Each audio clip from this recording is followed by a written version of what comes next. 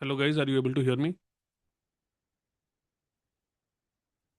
Yes, yes. Yeah.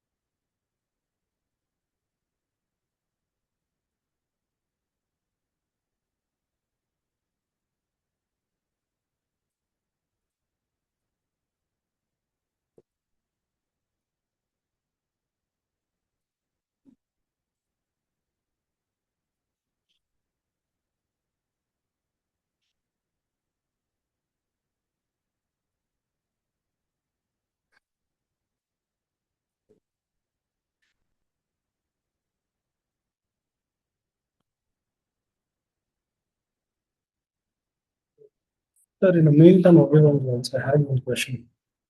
Please tell me. So there is a problem called path sum, which is easy something. So we're doing that recursively. So I wanted to understand, like, how does that, call to your right side stops when you just find a match? Like, can I share my screen something and show what I do? Let me open it, we'll see.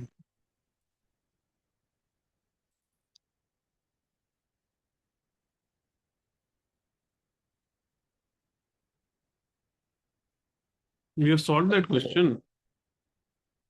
It is marked as yes, it's all.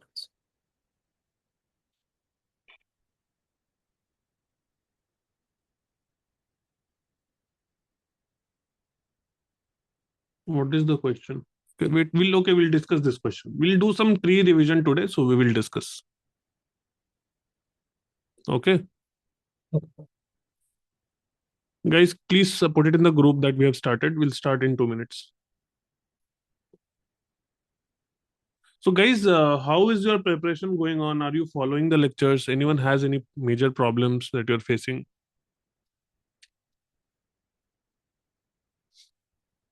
Please tell me. So if you see in our journey, we have completed quite a bit of topics, and graphs, I think, is our final topic. One more topic is there, which is priority queue. Okay.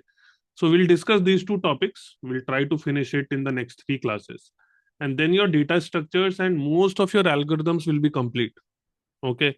And these are the topics where you will expect most of the questions to come from. After that, there are some more topics like sorting and Dijkstra's and few dynamic programming, few other things.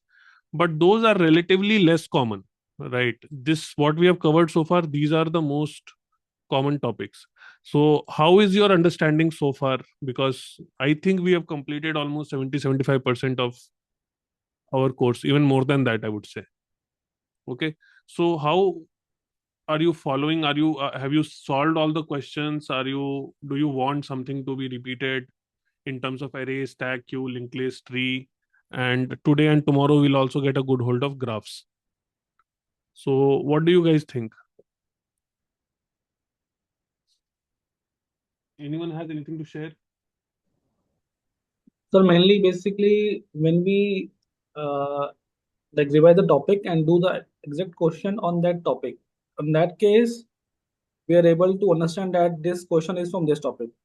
But when it comes to application of that concept, so it's very difficult that which concept we have to apply in that question. So that understanding, I'm not sure like it will come with time or it will be more intuitive.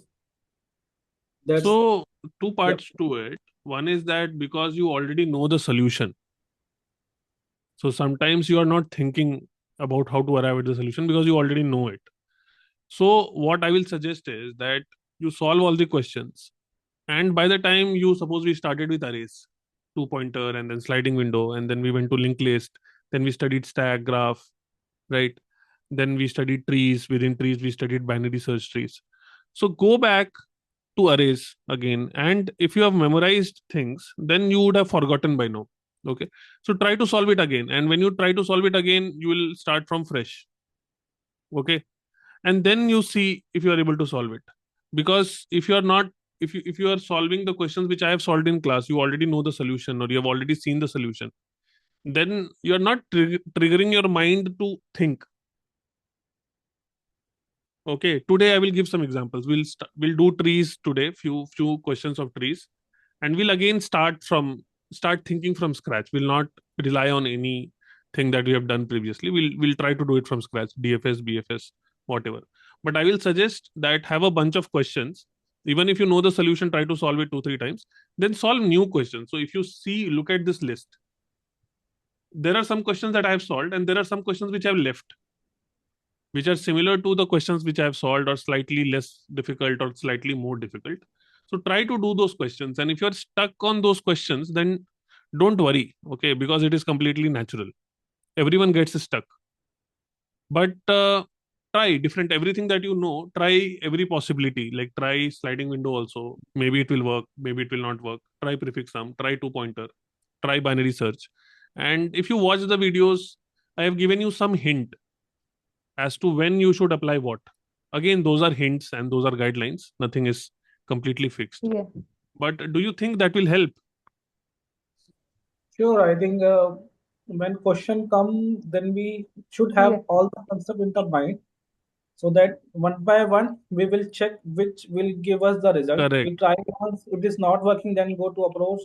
But Correct. concept should be in our mind. I think That's what I was saying. That if you're learning about stack, so be very clear on what is a stack, how it is used. If you're learning about sliding window, be very clear on different applications of sliding window.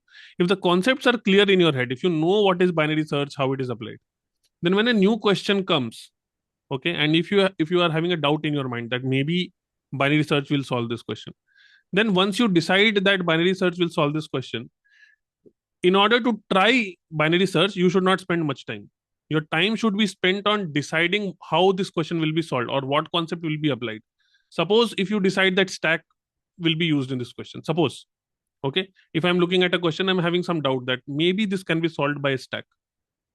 So quickly try out stack and see whether it will work or not. If it does not work, then I will move to a different concept. Okay, but trying that should not take much time. In that case, don't sit and think, oh, stack, what was the stack, how will we use it? That should not be the case. That means you don't know stack. Okay, so all the tools should be ready. Which tool to apply where, that is the tricky part. I mean, that is what the interview is.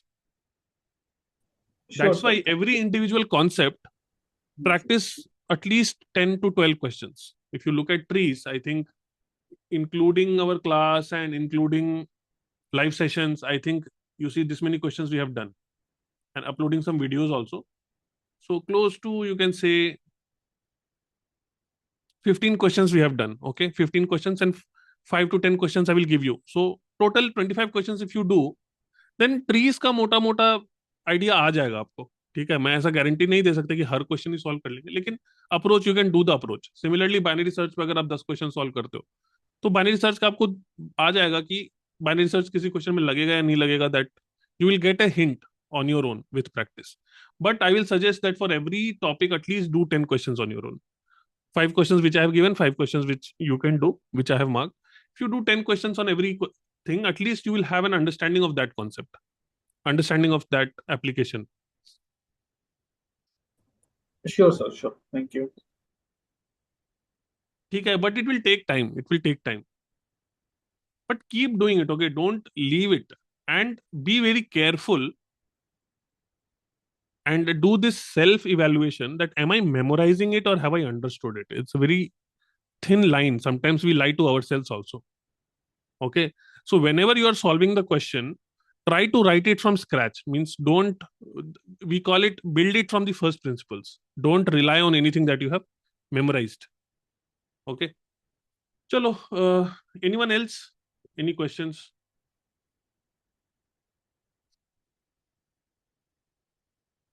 So let us do some questions today. Uh, I want to, okay, so someone was asking me about path sum. So let us revisit that question. We'll do one revision also. And today's agenda is that I want to revise trees a little bit. So I want to do 2, 3 questions on trees. And after that, we'll do introduction to graphs and we'll do graph traversal, BFS and DFS on graphs, and maybe solve 1 or 2 questions of graphs. That is the agenda for today. Is everyone with me on this?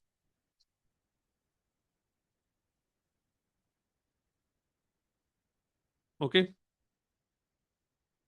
Thoda sa I will give you overview of our, if new people have joined. Okay. So our agenda for this course was that we will learn about, okay, Python. Okay. And in Python, the basic syntax. Okay. Then control flow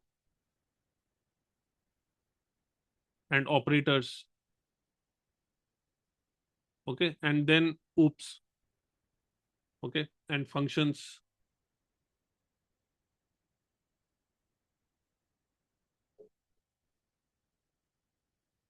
Function and oops. So this much we covered in our Python module. Okay. And then after that, we moved to our DSA journey. Okay. And in DSA, till now, we are doing data structures. We are doing data structures and algorithms both, but mostly we are doing data structures. And in data structures, we have done arrays, and we have done stack, and we have done queue, and we have done linked list. Okay. And we have done trees. And we are going to do graphs. One more topic is there, which is priority queue. Okay. So this much we have covered.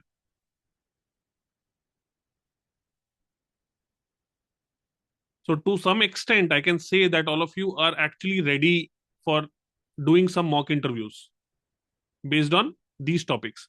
Graphs is a separate subject, which we will try to get some hold today, within today, tomorrow, and next class. Within next 3 classes, we'll try to get a good understanding of graph and priority queue also. The queue is also heap.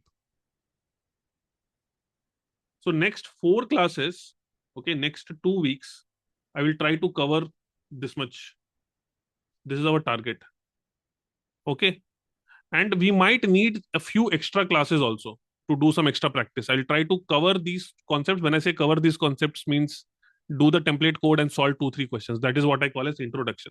And after that, we solve 5 to 6 more questions, which I call it as practice. Okay. So that is the plan. And after we do this, then I want to have few more topics, which is sorting. Now, these are not very commonly asked, but we will do sorting. And dynamic programming is important. Dynamic programming we will do. Okay. Other algorithms. So this is the DS part and this is the algo part. In algorithm, there are other things like binary search and sorting is there, and binary search, tree, graph traversal, tree traversal. All of those things we are covered in DS only. So that is not there in algorithms anymore. And then some graph algorithms like Dijkstra's is there. Again, these are very rare questions. You will not expect usually to see these type of questions. Comparatively rare. Mostly you will see questions from this. Okay. So this is our pending part. Whatever I am marking it in red, this is our pending part. This and this. See, hashing is not a separate subject, Ashish. Okay, hashing, you are already seeing application in arrays and queues and linked list and trees everywhere. So separately hashing, it's not that you will see any question on hashing separately. Hashing is used along with other data structures. Recursion, again, you are using already. So recursion we can see separately, but we are using so much of recursion already in trees and graphs and dynamic programming. Everywhere we'll use recursion. Okay. So there is no separately, you will not see that, okay, this is a hashing problem or this is a recursion problem. Those are usually used alongside other algorithms. Okay. If there is a requirement, we'll do some more questions. And yes, we'll do live classes on weekdays. We'll do some practice. But this much is left. Okay. And our target is completion target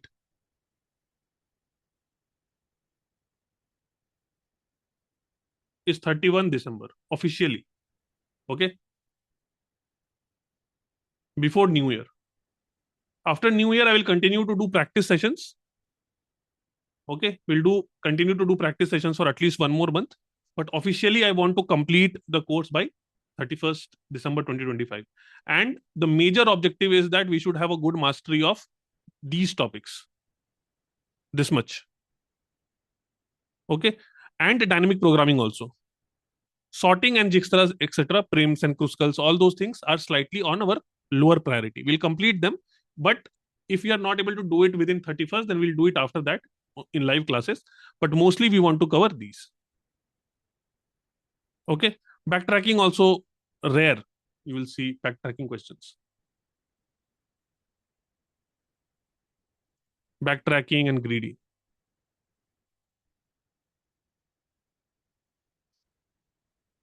Okay, guys. So in order to do this before 31st December, I might ask for some extra classes because I think we have missed, I think 3 or 4 classes, 2 during Diwali, 1 I was absent, 1 more class I think we missed sometime. So this is where we stand. So today's agenda is we'll do trees and then we'll start with graph. Is everyone with me?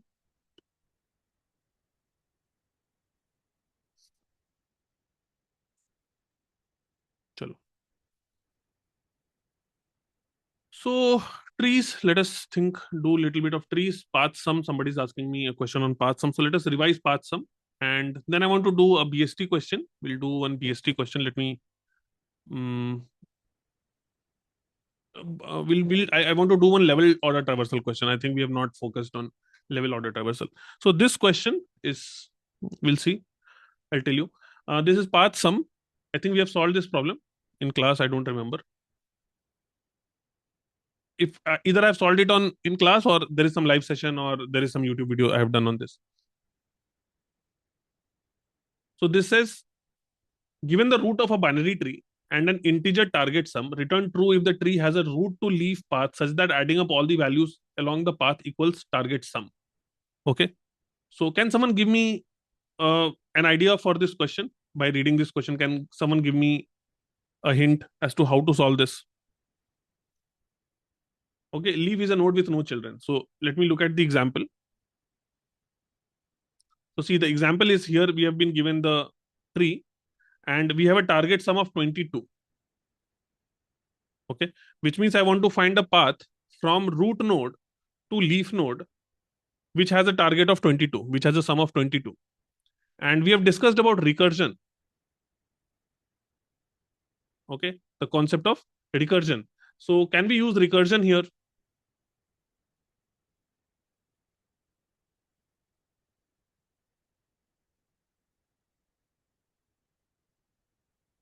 What have we discussed in recursion? 2 things. Okay. And again, this is my approach. This is not some textbook. You will not find this thing in textbook, but this is my way of breaking it. How I see it in my mind is that there should be a self-similar pattern, which means the question should break down into self-similar pattern. I've given example of Fibonacci series. I've given example of finding factorial of a number where we are using recursion. Okay. And second is that there should be a base case. Base case means case for which we already know the answer. Okay. So if we want to find a sum of 22, can we look at some self-similar pattern in this? Self-similar pattern means what? That if this tree should have a sum of 22, if this tree should have a sum of 22, then this tree should have a path sum. If this is having a path sum of 22, then this tree should have a path sum of how much? 22 minus 5. 17 का path sum अगर इस tree का हो जाएगा तो इस पूरे tree में 5 ऐड करेंगे तो 22 का पाथ सम हो जाएगा. So if we want to find the path sum of this tree, I need to find the path sum of its left tree और the path sum of its right tree, यानी इस right tree का भी अगर path sum 17 हो जाए, if this path sum is 17, then also this will satisfy.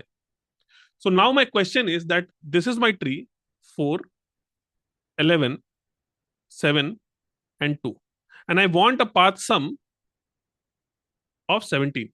So earlier also I was having a tree and I was having a path sum. Again I am having a tree, again I am having a path sum. So is it a self similar pattern? Yes. Now if I want a path sum of 17, then can I say that I want this tree, the left tree, sorry, there is only left tree here. Can I say that I want this tree to have a sum of how much? 17 minus 4, 13. Can I say that I want this tree to have a path sum of 13? Or I can say that I want this tree, the right tree of the major tree, which is 8, 13, 4, and 1. I want this tree also to have a path sum of 17. Either this can have or this can have. So if I'm looking at this tree, then I should again breaking it down into a self-similar problem where I'm looking for a path sum of 13, which breaks down the problem into I'm having 11, 17. I hope you are able to see it. 11, 17, and 2. I want this tree to have a path sum of 13, which means I want this tree to have a path sum of how much? 13 minus 11, 2, or this tree to have a path sum of 13 minus 11, 2. Now this tree has a path sum of 2. How? Because this is the only node. This is the only node, and this node ka value is equal to my target value. So what is my base case? I'm finding one base case where if the root has, okay, if root does not have any left or right child and the value is equal to the target, that is one of my base cases. Okay. Otherwise, one more base case is that if there is no root, for example, 17, there's a tree called 17, and I'm looking for a path sum of how much? Path sum of 2. Okay. So here I cannot go to this tree and look for a path sum of 2 minus 17, 15, minus 15. Not that the sum has become, target has become negative, but because the root itself is null. So if the root is null, then I will return false. So these two are my base cases for which I know the answer. Are you guys following the pattern? Sir, can you repeat once again? Not getting, sir, properly. So how do you decide 17 path sum?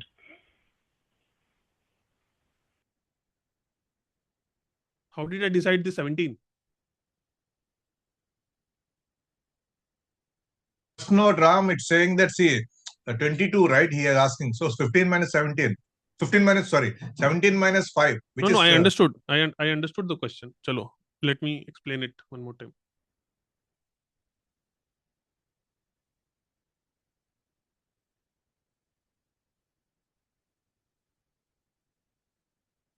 We have done this question earlier. I was just doing a revision. yeah, we Already have done done in that. Chalo. weekday class or weekend class?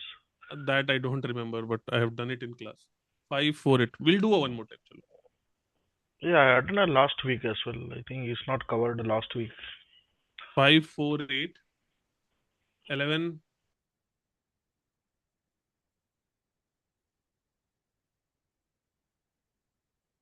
7 and 2. Please go through the live sessions also. I mean, it is for you, 13 and 4.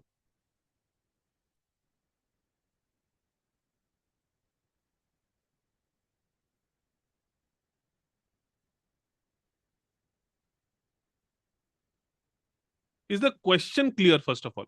My question is that, have you understood the question clearly?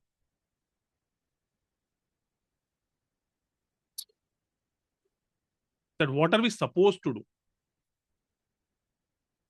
Otherwise, please don't look at the solution.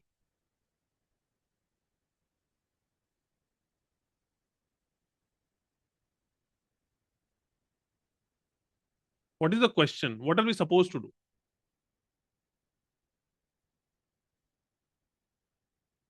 We will be given a tree and we will be given a target. Okay. Target is 22. We need to find a path whose sum is 22. What do I mean by path? Path means from root node to a leaf node. So this is one path. Okay. Okay. This is another path. This is one path. Okay. And this is another path. So if there are 1, 2, 3, 4, 1, 2, 3, 4 leaf nodes, 1, 2, 3, and 4. 4 leaf nodes, then how many paths will be there? 4 paths will be there. Yes. And I want to find out if there is a path whose sum is 22. So if I look at this path, what is the sum? 19. 5 plus 20. 4, 9, plus 11, 20, plus 7, 27. Yeah, 27 is. What is the sum of this path? 20 and 2, 22. This path is having 22. Yes, correct. Yeah. 22 is what we need. Yeah, correct. If I go to this path, 8 plus 5, 13, plus 26. 13, 26. Yes. 8 plus 5, 13 plus 4, 17 plus 1, 18. So there are Correct. 4 paths, out of which there is one path whose sum is 22. So we need to find out if this path exists or not, yes or no. We don't have to return the path, we just have to return if it is existing or not. Question clear? Yeah, clear. Okay. Now I'm saying that I want to use recursion here.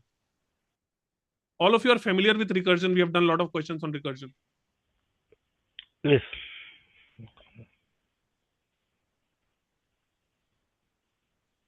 Okay. What have we discussed in recursion? I have discussed in recursion that there are 2 things to look out for. One is self-similar problems, sub-problems. And second is base case. Okay. What is the base case? What is the base case? So if I'm giving you a tree like this, and I'm asking you to find a path sum of 22, I don't know how to do it. Okay. But if I gave you a tree like this, and I gave you a target of 22, can you tell me the answer, whether it is yes or no? Yes. Yes, because there is only one node and its sum is 22. So definitely there is a path whose sum is 22. So I know the answer. Correct? So Correct. is there a situation, is there a scenario for which we know the answer? For sure. Yes. If the scenario is that I have only one node and in that node there are no children and that node's value is equal to the target, in that case I will return true. So let me write that. If I'll say if not root dot left and not root dot right and root dot val is equal to target, then I will return. What will I return? True. True. Okay. I know one more base case, that if there is no tree, then I've been given a target. Then what to do?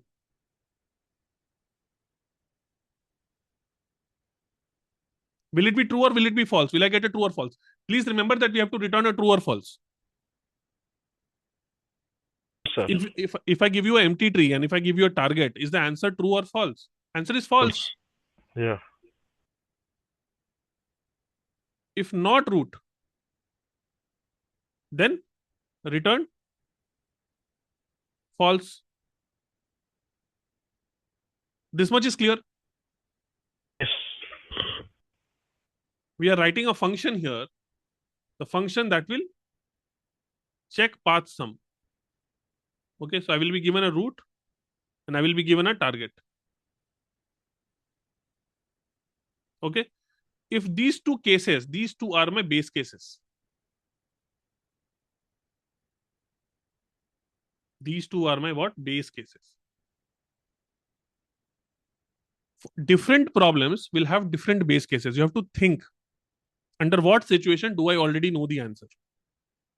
Usually it will be when a root has become none or root does not have any child or the root value has become equal to target value. right? Different situations. I'll solve 2 more questions and that you will get to know.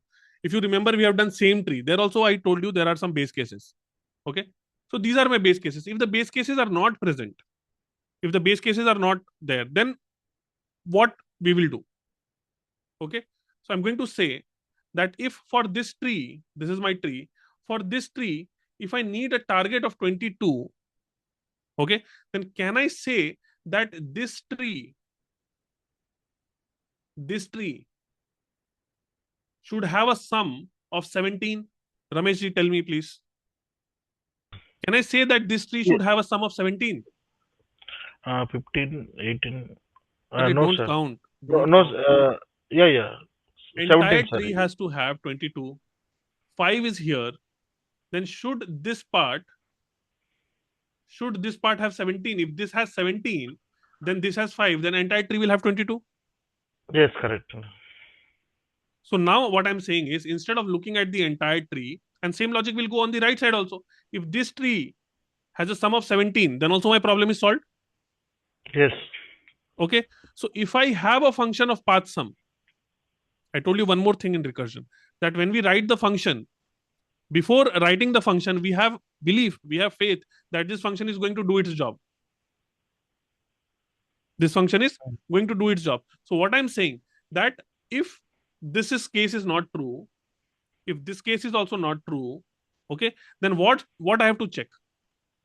I have to check that the left subtree should have a path sum of 17, or the right subtree should have a path sum of 17. And what is Yes. 17? What is 17? 17 is my remainder. Reminders. Remaining amount. Remaining amount is how much? It is target minus root dot value.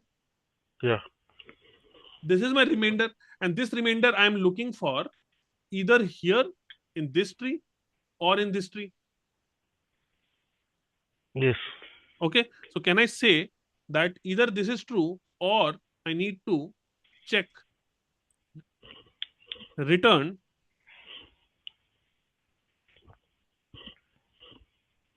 I want to return path sum of root. So what is root now? My left subtree, my root dot left should have a path sum of remainder, Yes. or, and here I will write what is remainder. Remainder is equal to target Minus root dot value. value.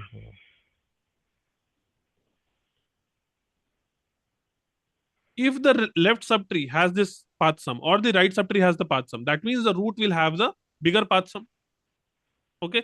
So, or path sum of root dot right and remainder.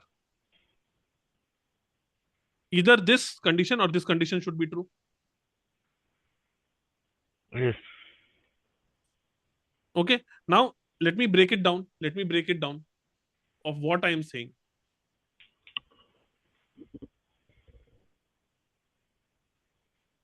Guys, are you following? Yes. So this is a tree, okay?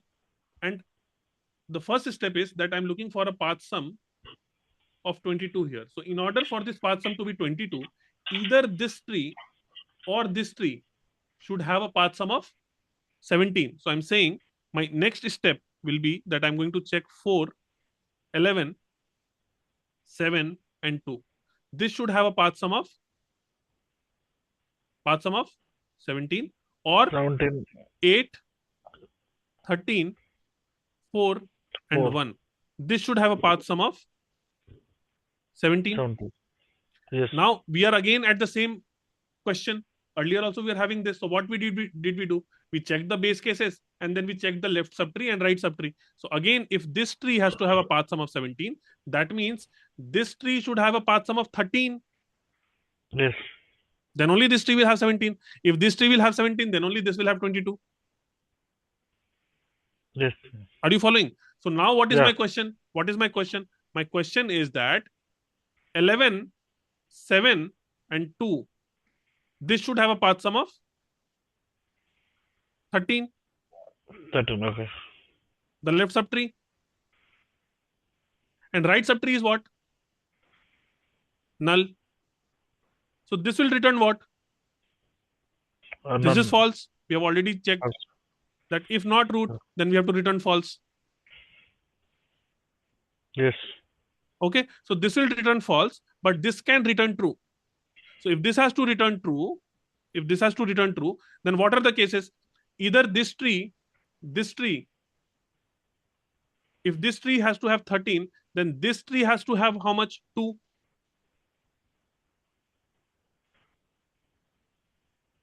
Is it not? 2, na? 2, yeah, 11 minus 13, 2. 11 minus 13. This should have how much? This should have 2, or this should have 2. So Okay. again, I'm breaking it down into further sub-problem where I'm saying that this tree should have a path sum of 2, or this tree should have a path sum of 2. You see, now we have broken it down into one of our base cases. This is our base case where not root dot left and not root dot right and root dot value is equal to target. You can see here that this is a node. It does not have any left child or right child. Okay, and the node dot value is equal to target. This is our base case. You see how beautifully the base case is coming into picture. Okay. So this will return what? This will return true. So if this is true, then this tree has a path sum of 17. This becomes true. If this becomes true, then this becomes true. If this becomes true, then this becomes true. Okay. Did everyone understand recursion? So where is the picture of self term, right? Which one you are calling self term? Base case, I understood the logic. Which one you are calling a self term? Self? Self new term or something, right? Base case plus Self another similar one. pattern. Self similar Some, pattern is which one is very denoted? The self similar pattern. Which code?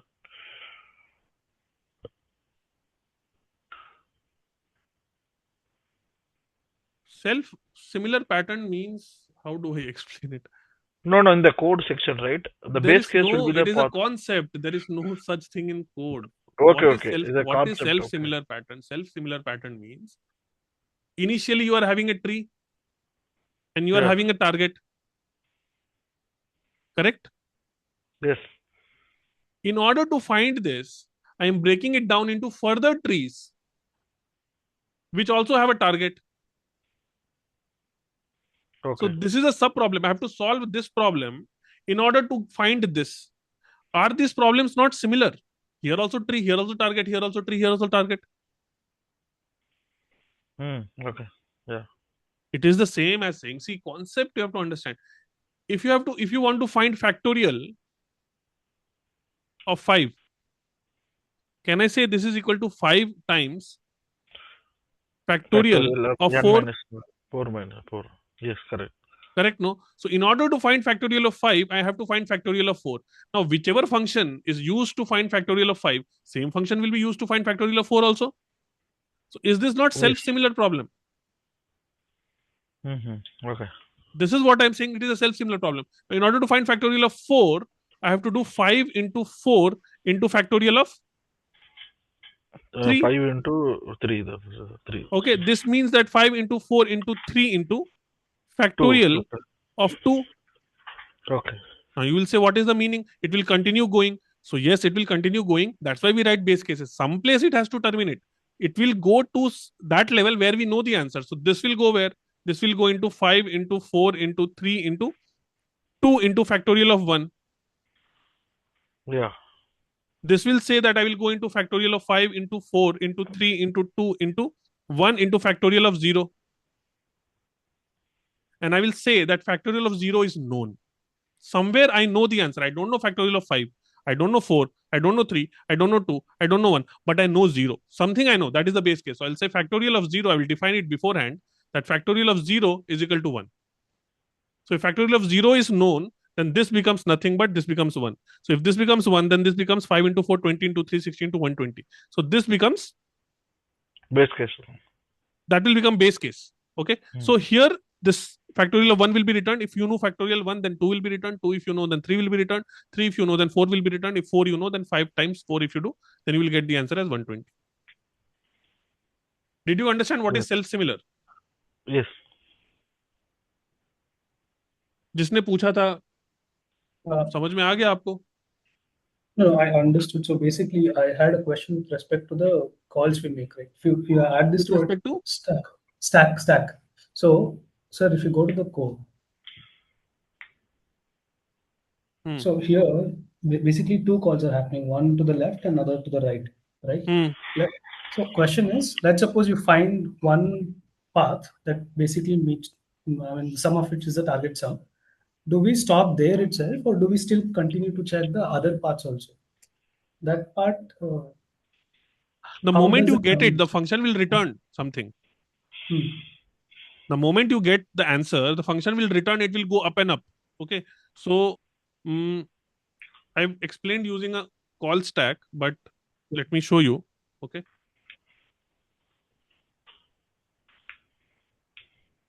I gave this recursion wala example only, but let me give you another example.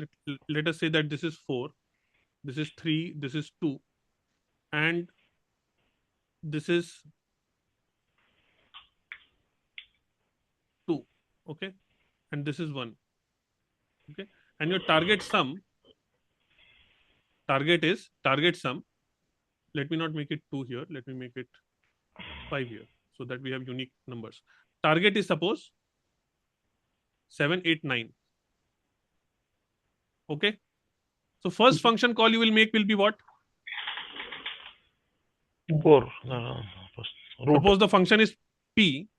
You will call for p 4 and 9, root and target. Yes, correct. Yes. Correct. This function will call what?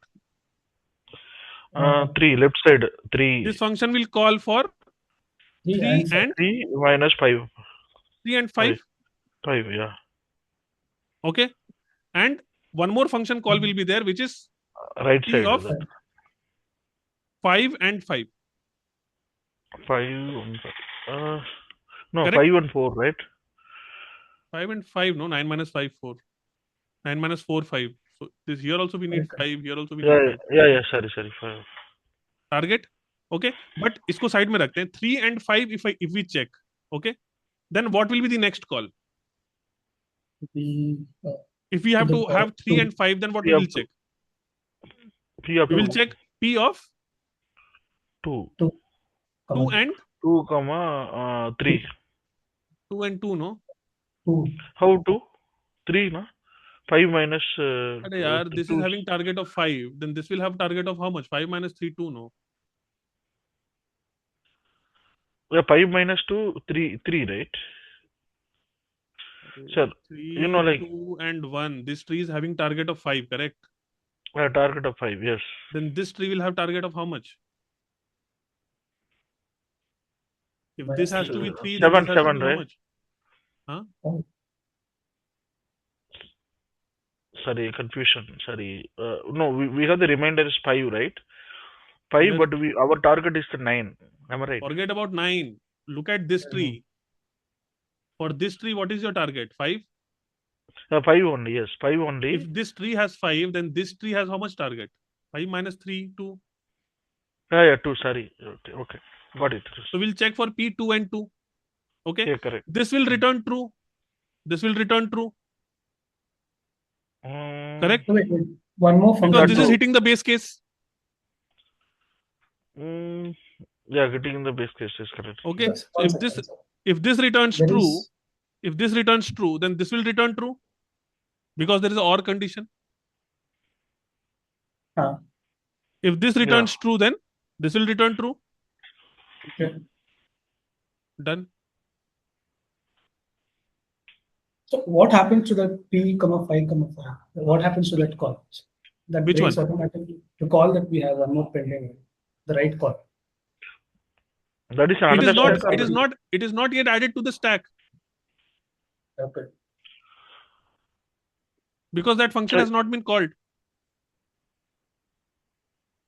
So everything in the same stack, right? Or different stack? Same stack only, right? All the things. Yeah, this is the stack that is used to This is called as recursion call stack. Correct. When we process left and right, both operation, right, both are maintaining that separate tag, right? The base case, the left function and right function, you call the two regression function in the code. Both are maintaining the separate stack. It's not in the same stack, right? Everything will be in the same stack. Everything is okay. It can understand with this two segment. Yes. Okay. Yes.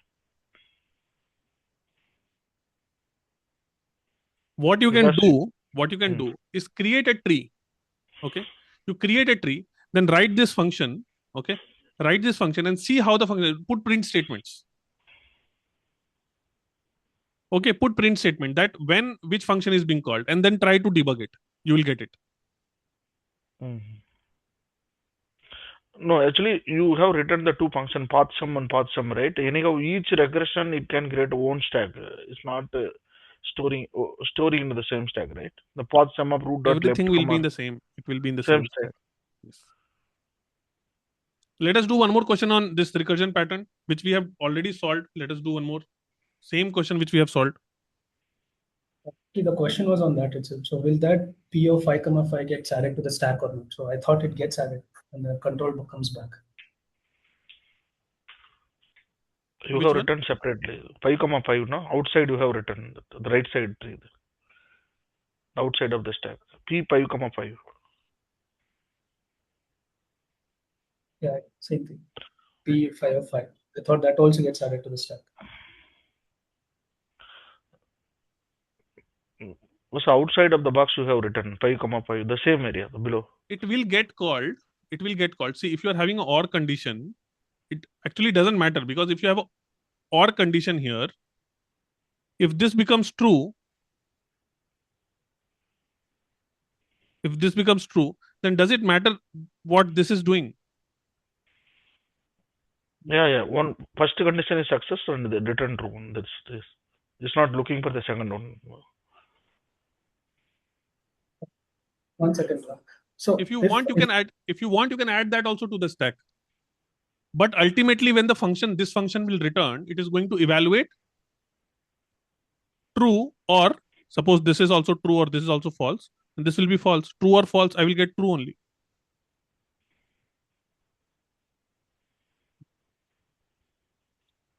Yeah, that's why I'm saying, sir, the first path sum function, it is maintaining one stack, OR condition, and the second path sum is another stack. So, which one is true, accordingly it can return, right? Likewise is working. Don't think of how it is maintained. Think of how the operating system is going to call things. Okay.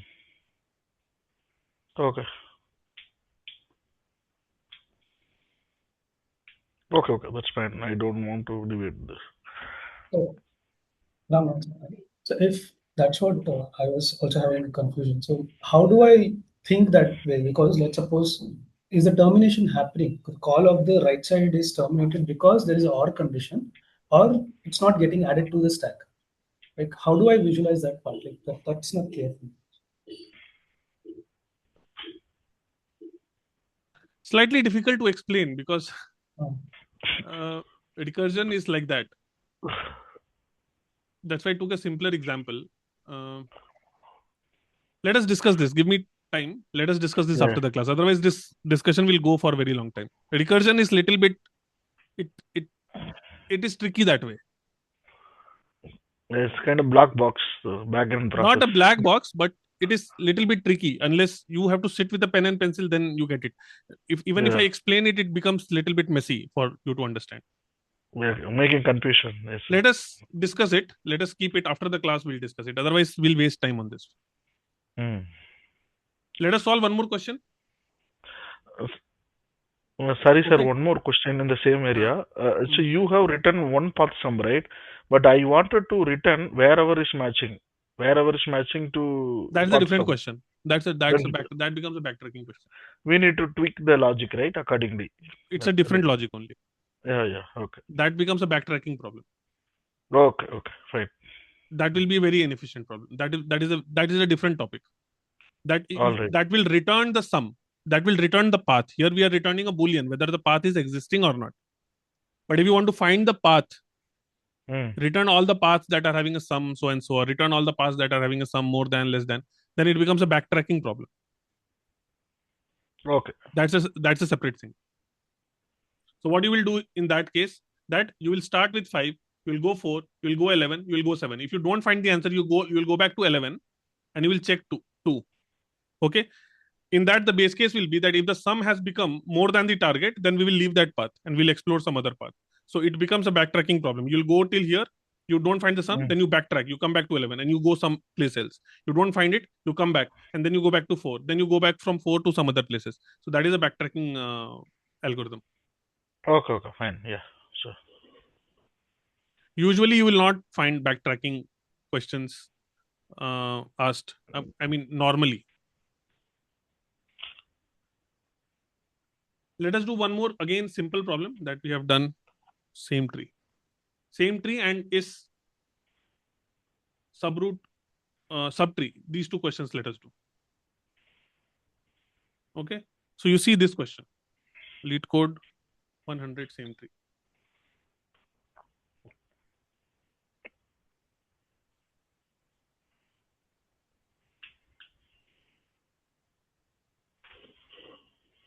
Okay.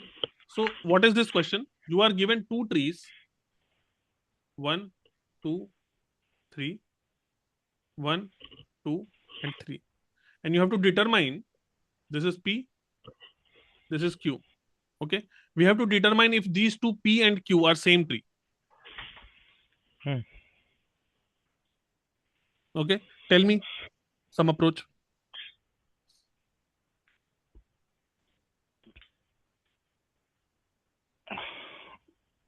So we have the 2 concepts, sir. We have to check the structure, right side and the right side and left side. That is one aspect.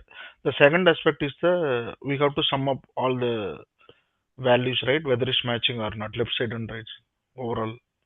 So how will you do?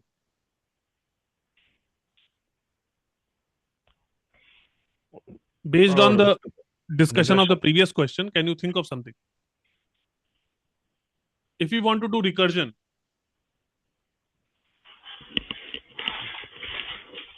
okay, then how can we approach? What can we think here?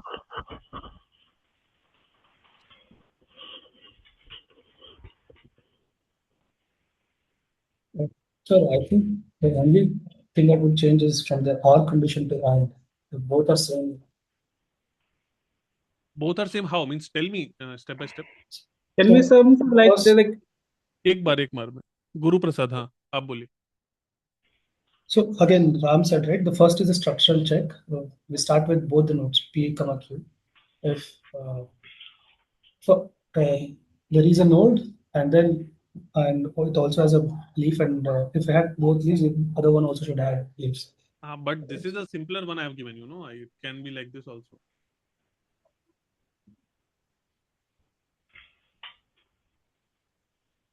Correct. Every time we will just how that's what that I understand. You are explaining to me what is the meaning of same tree. That we are clear that structure should be same, value should be same. That we know. But how will we check it? Like, what is what should be the way to check it? Root of P equal to or Q, first condition is base condition. Sorry. Say it again. Root of P. Root of P, which is P. P is pointing here, so P is the root. Fine. Root of P means P tree and Q tree, for example. P tree and Q tree, okay. Okay. Root of P is equal to Q tree. Root of Q tree. Equal means what? Value. Value. Should be equal to Q dot value. Yes. Okay, this is needed. If this is there, then what can you say? This is base condition. Base condition what? If this is there, then what to do? Then we need to traverse into the both the sides inside. If P val is equal to Q val, then we need to go to the next step. We need to go to the P dot tree, P dot child. P dot left. P dot left. P dot left and Q dot left equal to they should be same. Right. And P dot right. P dot right. And Q dot right should be same. Should be same. Yeah. And is there any other base case? If they are not equal, then immediately it's not it is false. False. Immediately P then dot throw away that value, it's not think in same. terms of, see, two things: self-similar pattern and base case. What are the base cases here? Suppose P is there. And Q is not there. Okay. Q is not P is there. there and Q is not there. Can you immediately say false without and saying anything? Or vice versa. Yeah. Or vice versa. Can we immediately say false? Yes. We know the solution to this problem in this situation. This is the base case. Do you guys agree? Do you guys agree? If P and not Q or not P and Q, if in these two situations, do we know for sure that it is going to be false? Yes.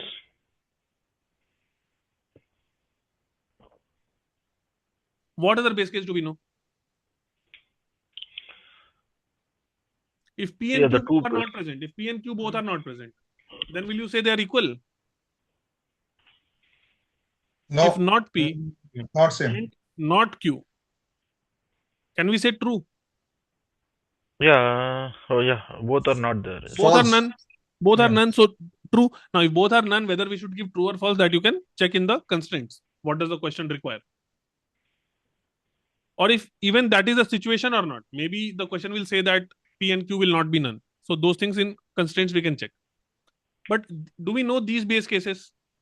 This is a base case. This is a base case. This is a base case. If both P and Q are not there, then false. If one is present, one is not present, then also false.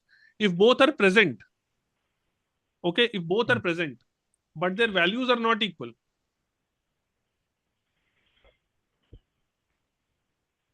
Yeah. if P dot val is not equal to Q dot val,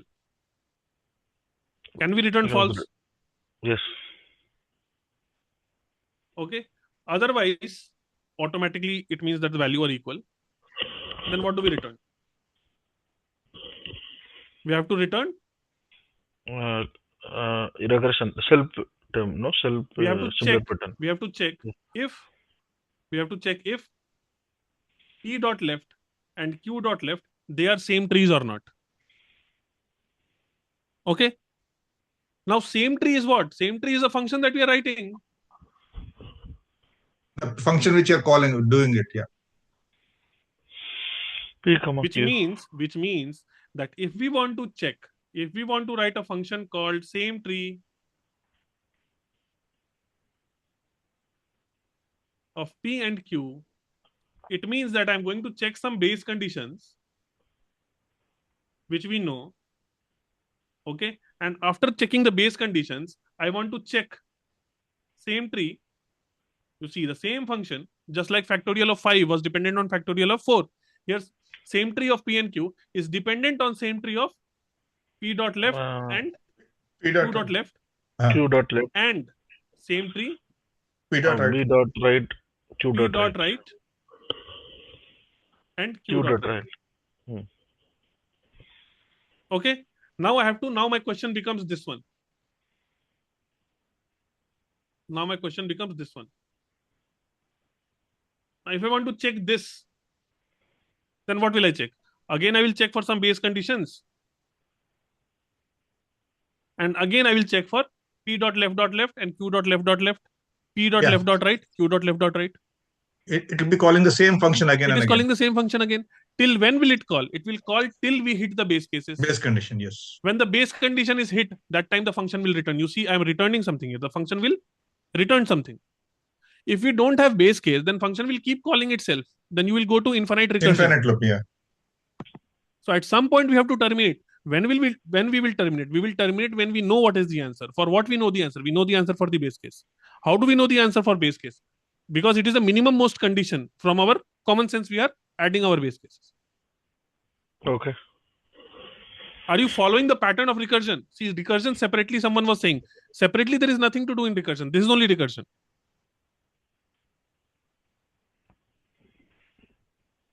In fact, recursion is easier compared to the other approach. It is much easier if you are able Yes. to visualize it. If you are able Yes. to think in those terms, then it is much, much easier. If you're not able to think, then you have to do, if you remember, we were doing traversals, right? How easy was it to write the recursion Stack using this one. Yeah, recursion very wala difficult. traversal, and how much logic we had to think if we were doing it using stack and queue? It's very difficult. We were stuck on that in order traversal for such a long time, if you remember. But recursion wala we were able to do immediately. Yeah. Are you guys following?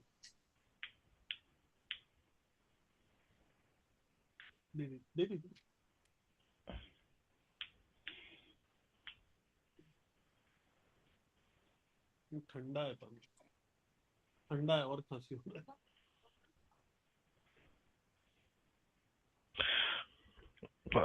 Actually, for this tree kind of problem, can we also think by using regression, sir? That is the best approach, right? Mostly it is a very easy and best approach. Whatever you are doing using recursion, you can also do using it. You can also do iteratively. But recursion is much more easy to read, easy to understand. Yeah. If you are able to think in recursion terms, which takes a little bit of time. Okay, let us do one more question. This recursion thinking will be helpful in dynamic programming a lot, where you are able to break into sub problems. Bigger problem, breaking it down into sub problems. Let us do one more question. Yes. Code I'm not giving because code I've already given. You can find the code here. Okay. Yeah, yeah. Okay.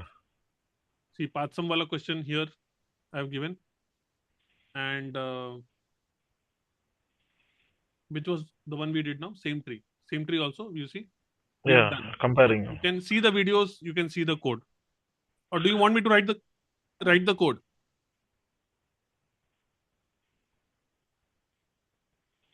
Yeah, it's fine. We will do it, sir. Do it. The I'm just logic. explaining the concept. Okay, concept. If you Yeah. understand, then other things you can do. Okay, if we have the two trees, ideally this approach is fine. If we have more than 3 or 4, the complex, the logic will be It's not. more and more. Don't think in that sort.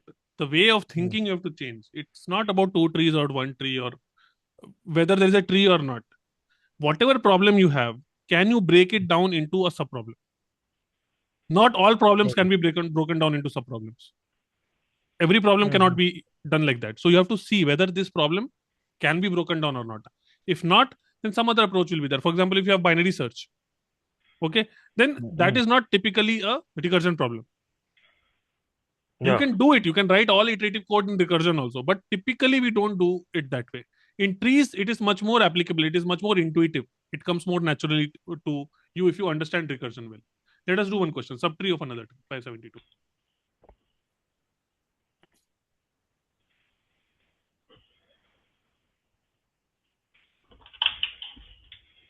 What's the question? Subtree of Subtree of another. I will explain it. Subtree of another tree, 572. This we have not done in class.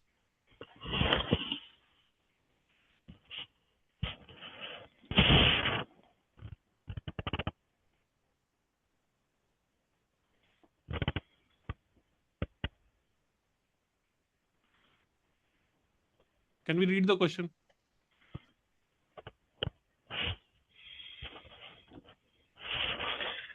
Root into binary trees, root, subroot. Okay, I will explain quickly what is the question. Given the roots of 2 binary trees, root and subroot, okay, return true if there is a subtree of root with the same structure and node values as subroot. So we will be given 2 trees.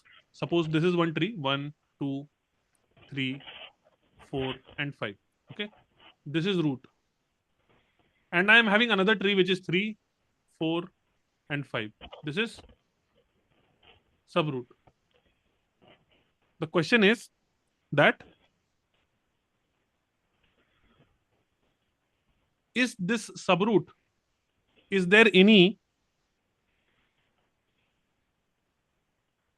subtree of root? Is there any subtree of root which is equal to subroot? Okay, so here you can see this is a subtree which is equal to subroot. So the answer is true. Question is clear? Yeah, got it. We need to compare both. See here. See, look at this example. 4, 1, Guys, 2. is everyone Okay. following? Yes, yes. Okay. See, this is a tree. This is a tree. You're having 4, 1, and 2. Is there any subtree of root which is equal to subroot? Yeah, left side, no? 4, 1, 2. It's not there because this is the subtree. Subtree. Oh, okay. Zero is also there, right? It's not a subtree because in the So the answer here subroot. is Oh, got it. Okay. Other than root is. if this was the subroot, then answer would have been true. Is the question clear? Clear. Yeah.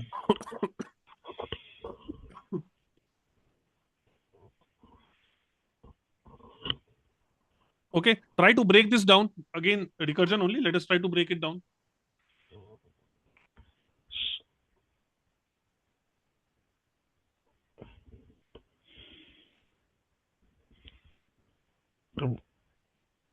This is It's We need to almost, depend this. so it's almost Same. similar to the previous problem, right? similar to previous problem. Yes, with the same tree concept, yeah. Subtree of another tree, but slightly different. Except the root. That's why I'm doing similar problems so that that pattern becomes visible to you. Then you will be able to apply anywhere. Okay. So 3, 4, 5. This is the question. 3, 4, 5. Yeah. 1, 2, and 0. Okay. So 1, 2, 2, 0. and 0. And the subtree is 4, 1, and 2. 4, 1. Let us do this one later. First, let us do the other one.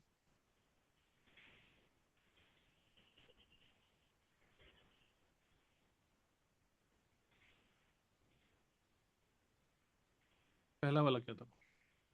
3, 4, 5, 1, 2, 4, 1, 2.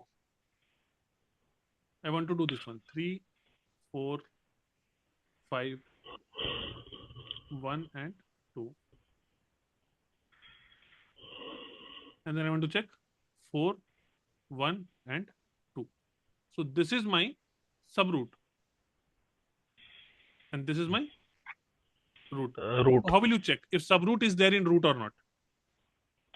Root dot left first from the first tree. So I mean, let us say for the P and Q, right? P left root dot left equal Sorry? to no. We can depend the two trees. This P is and root. Q. This is subroot. Oh, subroot. Okay. So root dot left equal to subroot, sir. Subroot. Root Dot dot left is equal to subroot dot value. Root dot left dot value equal to subroot. what will you get from that? Root dot left dot value is 4 is equal to subroot dot value 4. If they are true, then what will you do? Then we can regress it next level. What does that mean? Recurs to the next level. The similar approach which we have done last problem, right? That is not an answer. 1 minute, I think. Root dot left, root dot. Recursion. What do we do? What are the two things? The base case. Self-similar and base class. Self-similar and base case. What Base are the case. base cases here? Under which situation will you say that root and subroot are subroot is this we have to return true or false? So under what situation, if I give you this root and subroot, I cannot tell true or false. Under what situation can you tell true and false? The first condition is that subroot first dot value and the child of root are same, are equal. How will you decide same? Dot value. Okay. I will give you one hint that the function that we have written previously, which was same tree, that will be used. Can I say, start with the most basic base case. That suppose if root and not subroot, yeah. then can I return true? Yeah. Because if subroot is empty, then an empty tree is definitely a subtree of root. Yes, correct. That is my true. Can I say that if not root, then I will return false? Root is not there, root is empty, and subroot is there. Then can a tree be a subtree of nothing? Is it possible? No. Yeah. These two base cases are clear. Yeah, that is clear. Okay. Now these two base cases are needed or not? That question will tell. But I'm just solving in a generic way.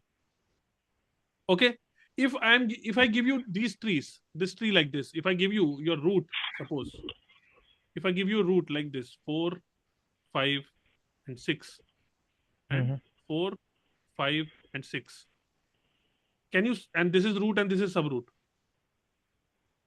Will you say true or false? No, that is false. Why? Because root not equal to subroot, right? Root not equal to subroot means what? From the first tree of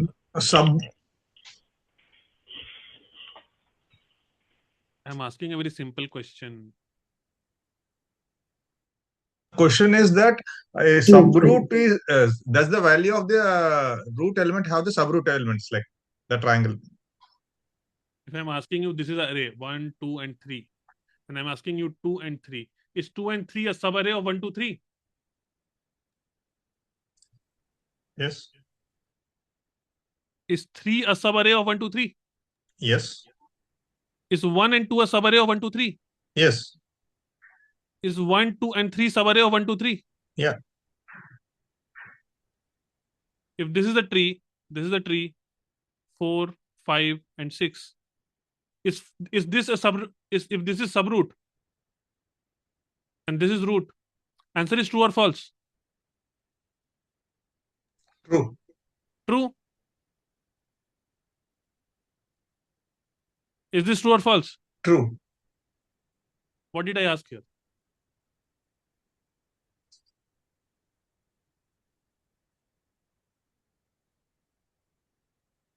Here you are saying true, here you are silent.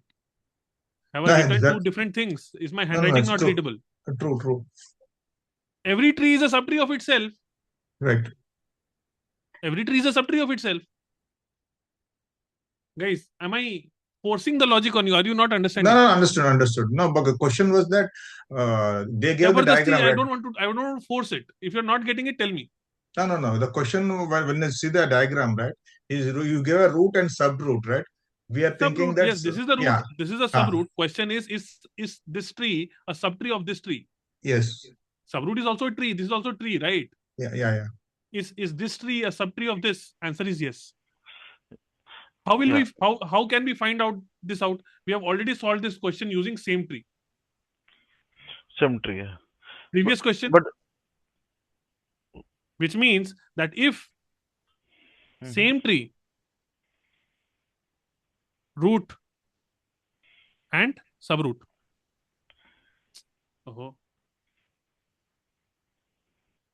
That value. Okay. Then also we will return true. Yes. I have written 3 base cases.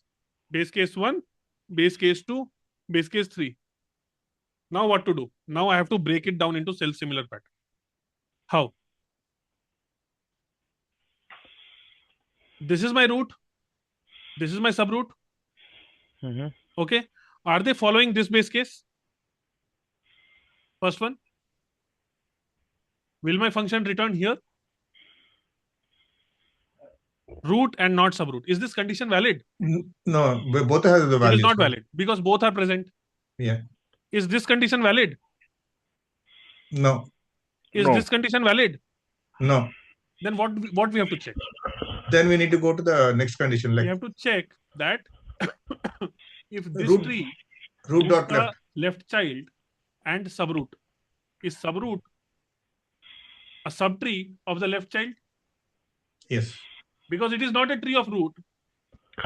It is not it is as of now it is we did not get the answer. So I want to check whether left side, left tree. Yes. So, yeah, root dot left tree. Root dot left. Root So dot equal left. to The new root becomes root dot left. Left. And Root subroot. dot left equal to the root subroot Are of they subroot dot left. are they giving me true or false? Right. Or the right side? Is it giving me? If this and this tree is giving me true or false. So what will I check? We Will have to return- check equal things. I will return. I hope you are getting it. Yes. Return. Return root And dot what is the function? the Subtree. same tree of Subtree. What is the subtree of, subtree? yeah. This function we have to Left. write, which we have already written. Subtree of root comma and the subroot. subroot. Okay. So I will return if it is a Same. subtree. This is the function. This function I'm calling again on sub problem. So I'm going to, instead of root, I'm going to replace root with root dot left and Left Subtree. subroot dot subtree. sub. Yeah. Or Yes. or Root dot right. subtree, Subtree. root dot right and subtree. Okay. So first I called my function on this root and this root. Okay. Let me make the stack again. So first I'm calling my function on, let me say sub, the function name I'm calling sub on 3 and 4. This 3 and this 4. Okay. This function is going to call what?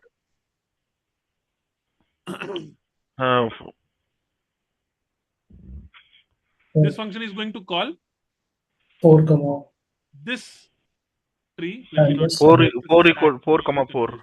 Ignore that. I'm going to call subtree on which two trees? I'm going to call 4, 5 and 6. This tree. And my subroot is 4, 5 and 6. Okay. Now if this is my root and this is my subroot, my function will be called again. I will come back to this function. Is this condition valid? No. Is this condition valid? No. Is this condition valid? Yes, valid. So we have to make sure that the recursion can only end in one of the base cases which we have defined. There can be no other base case. You see that if we continue comparing, if you take multiple examples, every time you will end up in either this or this or this. Yes. If there is some other base case, that means I have not written my function properly. Can we solve this question? We have not done in class. Let me write it. Yeah, we can do it. I was making a video So, on this. Only. I was explaining. One more question, sir. Can you go to the code, your notes? The last section, right? According to the 4, 5, 6, right? So the same tree root comma subroot, it is comparing 4 and 4. It's matching. It is returning true. But does not it go compare with the 5 and 6? It is also automatically written from the which one? Written out the third base case. The same tree root comma subroot, right? Within to define the tree. If you are returning here, then why will the function go here? No, it's not going. It's not. That's why I'm asking. It is just comparing 4 and 4 only, right? But we have also we need to also check with 5, 6, right? This function will take care of it. One by one. How is moving your left and right? So this, the 4 and 4 is comparing. Forget about left and right. Okay. What is the job of this function? The first iteration 4, 4 in the stack. What is the job of this function? The regress. It will be regressing until return null values. What is the job of this function? What is this function doing? I'm not asking how it is doing. What it is doing? What it is doing? It's a function. You should know what it is doing. It is calling the function again. Subtree. What is this function doing? It is checking the base conditions. What is this function doing? It checks if both is the same or not. Root and subroot value same or not. Yeah. Who said this? Yes, sir. Who said? Lalit. Sumit. Thank you, Sumit. Tree function का नाम है same tree. This function will take 2 trees and return true or false. If both the trees are same, it will return true. If not, it will return false. Correct or not? Yes, correct. What is this function doing? This same tree function which we have written here above, we have written here, no? Same tree. Yeah,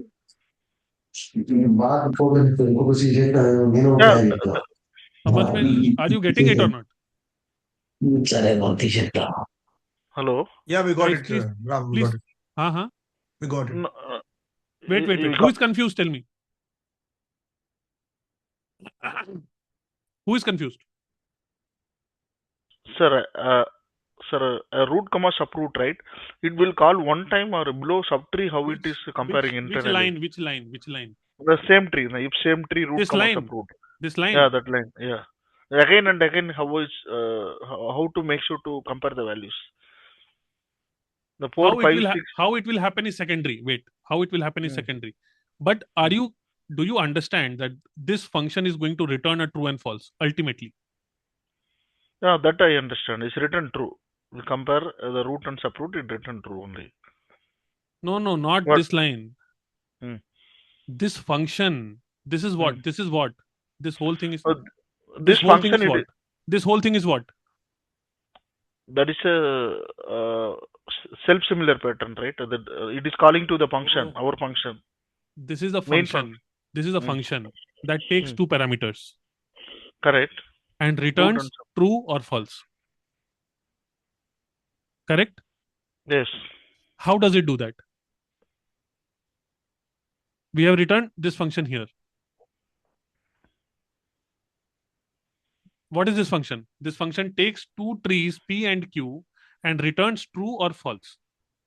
Oh, this is another function. Okay, it is going to. I told you here, it. same tree I have written here. No. Oh, okay. Because there is no logic. This is subtree and this is same tree. Got it. Listen. I understood. Yeah, sorry, sir. It's my mistake. Because what I thought same tree is calling the subtree. I didn't know. No. Okay, fine. Let us go here and try to write this question. Okay. So first we have to, in order to write this, we have to write the same tree function, which will take P and Q. Okay. So first we are writing a function.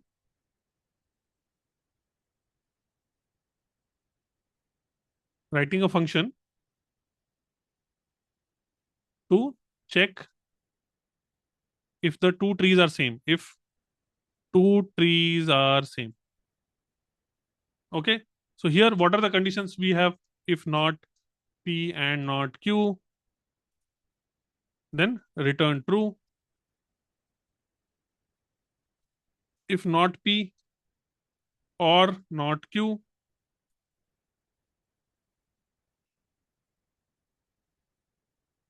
then we will return false. What was the third case? If P dot val is not equal to Q dot val. Okay. And now next discussion I want to have is about time complexity of these things. Okay. P dot val and Q dot val, then I will return false. Okay. Correct. And then what I will return? I will return same tree. Same tree of P dot left. P dot left. P dot left, Q dot left, and same tree. P dot right. P dot and right. Q dot right. Q dot right. Yes. Okay. Yeah. Now I want to call this function. This is my job is not to check same tree. My job is to check subtree. Okay. So I want to go and look into constraints. So here I've given you some base cases that if root, not subroot, if not root. So are these base cases even possible? So if you go and see here in the constraints, it is given that number of nodes in the root tree is of the range 1 to 2000. So it is saying minimum one node will be there. So tree cannot be empty. Subroot also cannot be empty. So actually we don't have to write these base cases. These two base cases, because in the question it is given. In the question, if it is not given, then we have to write these base cases. So let us write it nevertheless, but you can check the constraints. So I'll say if not root, then return false. Okay. If not subroot, if not subroot, so return. If not subroot, then return true. Otherwise, what we have to check? if same tree, root and subroot, then we will return true. Now this function will call this function where it takes two trees and it will check. So this itself has a complexity of time complexity. What is the time complexity of this? It will be Complete O of order pen. Open. Pace complexity.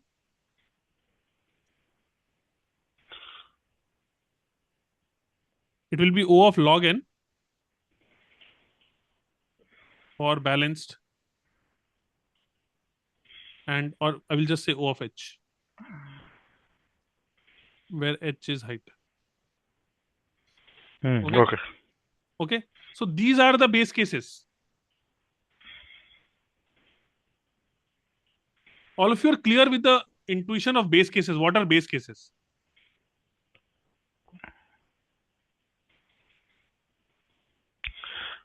How if not subroot return true? If your subroot is empty. Okay. Yeah, the second tree is empty. Yes. 1, 2, and 3. Okay. Hmm. If I say this, is this a subarray of this? No. Why no? It's empty, na? It's not part. Any element is not part of this first one. Empty array is a subarray of every array. Oh, okay. Got it.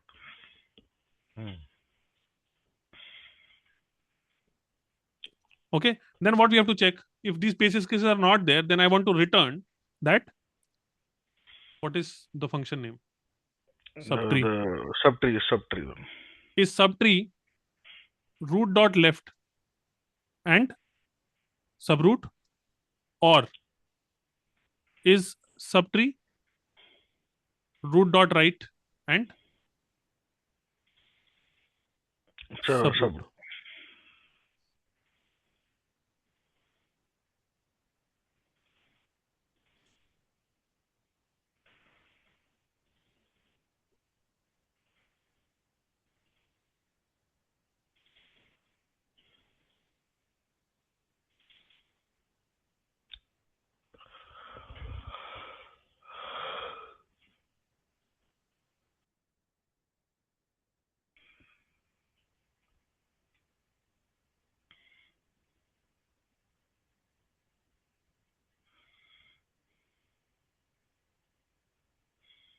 Is it clear? So in the final one, right, on the root dot left comma subroot, you are always checking that your subroot element only, right? The first value. But how are we checking the subroot? We have the two children, right? We don't want to compare it. For 4, 5, 6, 5, 6 also we have to compare, right? How the navigation happen for subroot? That did you understand my question? I am understanding your question. Yeah. 4, 5, 6, right? 5, 6, how the navigation happen in the regression function? That's why I am saying recursion, you have to think. Yeah. It's calling repeatedly. It will go to the base case. It will again go to the base case. It will keep calling the function again and again until you reach this, either one of these cases. Oh, okay. It is invoking in one. Okay. Do a dry run. Okay. Recursion is not something that I will explain and you will understand. Honestly, it does not work like that. It will happen when you sit with a pen and pencil. No matter how much I explain, it will be like, it is like a mystery that how it is happening. Okay, actually in the left side, we can navigate and compare with the root every time on the right side, right? Right side, the subtree. But the subtree navigate. I'll take it after the class. I will sit with you. If I keep on recursion, then we will spend a lot of time. We'll do one more problem. Then we'll move to graphs. Yeah. 5:32, half an hour. 15 minutes. I'll do one more question. Then we will go to graphs. I want this recursion to set in. It's not my agenda to solve more and more problems. I want you to be comfortable with thinking in recursion terms. That is my agenda. Okay, because problems are infinite. Okay, and easy to medium questions on recursions. Those questions are like full toss. In your interview, if it comes, you should be very happy. because it's really easy questions. I'll show you one more example. Minimum depth. I was recording these questions today, so it is fresh in my mind. So let me do this. See, minimum depth of a binary tree. Do this one. This is the last question. Okay, after this we'll move ahead. Minimum depth of binary tree. Given a binary tree, find the minimum depth. Minimum depth is the number of nodes along the shortest path from the root node down to the nearest leaf node. This we know. Okay, so you see, this is the question. Let me.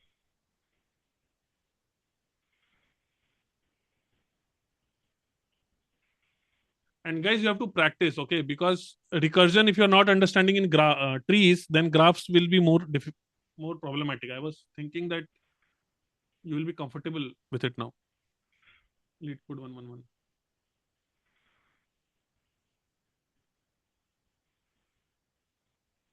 I'm promising you that if after this video, after watching the class, if you don't go and if you don't sit with a pen and pencil, then you are not going to understand it. I can guarantee you that.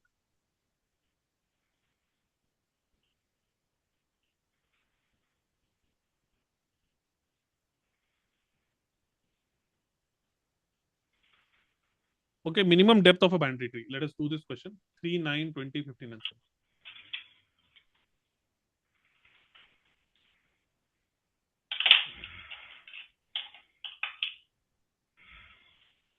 Okay. So the question says that the minimum depth is the number of nodes along the shortest path from root node down to its nearest leaf node. Okay. So this is the root node. Okay. What is the answer here? The answer is 2. How it is 2? From root node to leaf node. So which are the leaf nodes? This is the leaf node. This is the leaf node. Yes. This is the leaf node. Okay. So if you go this path, then how many nodes are there? 2. 2 nodes are there. You can go on this path. 3 How many nodes are there? 3. And I can go on this. I can go on this path. So how many nodes are there? 3. So which is the minimum depth of this tree? This is the minimum depth? Yes. All of you are understanding the question, first of all? Yes. Given a binary tree, find the minimum depth. The minimum depth is the number of nodes along the shortest path from the root node down to the nearest leaf node. Okay? So yes. There are 2 ways to solve this question. One is BFS. Okay, I wanted to focus on BFS today, but we spent more time on. Okay, so I want to do DFS also and BFS also. Let me not call it DFS, let me call it recursive.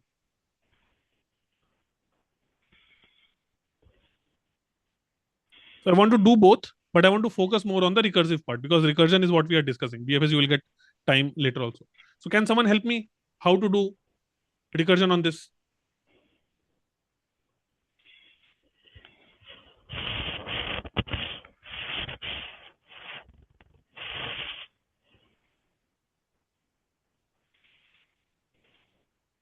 कोई बताओ? Base case we have to do in the base. If root not equal to. If root is not there, we can return false. We can return 0. Okay. If not root, then you will return 0. 0. Okay, fine. I think return 0. Yeah. Then if root is there. Okay. So if root is there, we can create one variable to initialize to store that value, counting the values. So first we need to depend that one value, right? Initialize if the one. Bhavesh is saying if root is leaf, then return 1. Very good. One base case is that if I give you a tree like this, then what is the minimum depth? 1. 1. Correct. So if not root dot left, which means leaf node, if not root dot left, and It's equal to 1. not Return 1. Root dot right also, root right? dot right. Return Then I will return what? I 1. will return 1. Good base case. What other base case can be there? If root is not there, then I will return 0. Fine. So can I say, let me build it up. Let me say that Then I know the minimum depth of 15. Do I know the minimum depth of 15? Minimum depth of 15, 0. No, 1, 1. 1. Why? Because it is a 1. leaf node. This condition is being fulfilled. Yeah. 17 So का 17 का minimum depth is 1. Yes.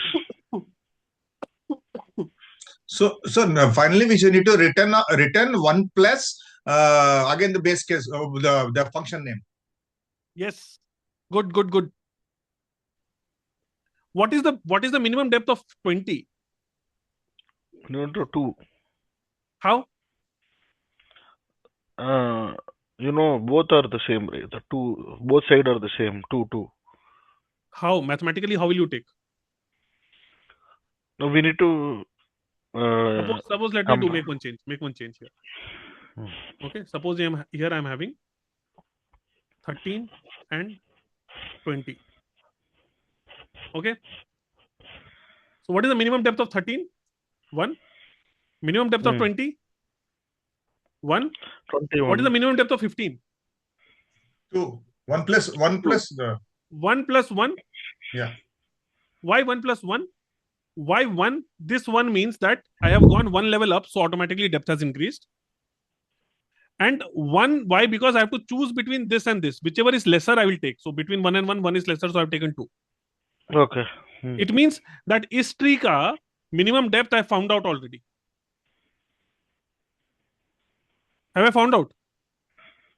Is tree ka minimum depth is how much? 2? Yes or no?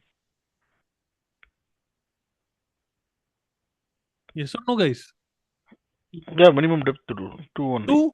The minimum depth is 2. Here the minimum depth is 1. So now I want to find out minimum depth of 20. So how will I find out? Can I say it will be 1 plus minimum of 2 and 1? This one is 2. This one is 1. Jo bhi kam hoga, I will take that. So can I say it will be 2? Yeah. Minimum 2, 1 is. And what is the minimum depth of this one? 1. So what is the minimum depth of this? 1 plus minimum of 1 and 2, which is equal to 3. And answer is 3. Why? Because, sorry, minimum we have to take, no? So 1 we have to take. So this will be equal to 2. So answer is 2. This one. Yeah, correct. Did you understand? So what is the self-similar pattern? That I want to say that minimum depth of recursion pattern here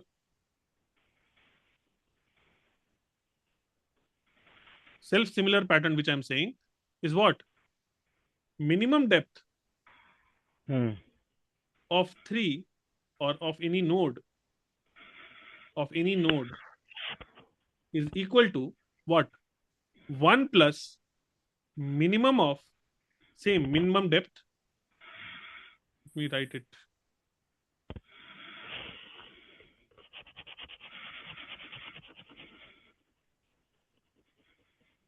Minimum depth of a node is equal to 1 plus minimum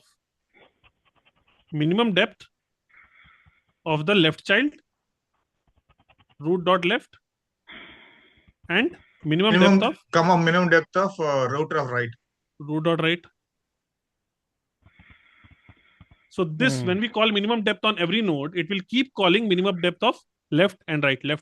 Where will it terminate? When we reach the end or when we reach the leaf node. Okay. Is this sufficient?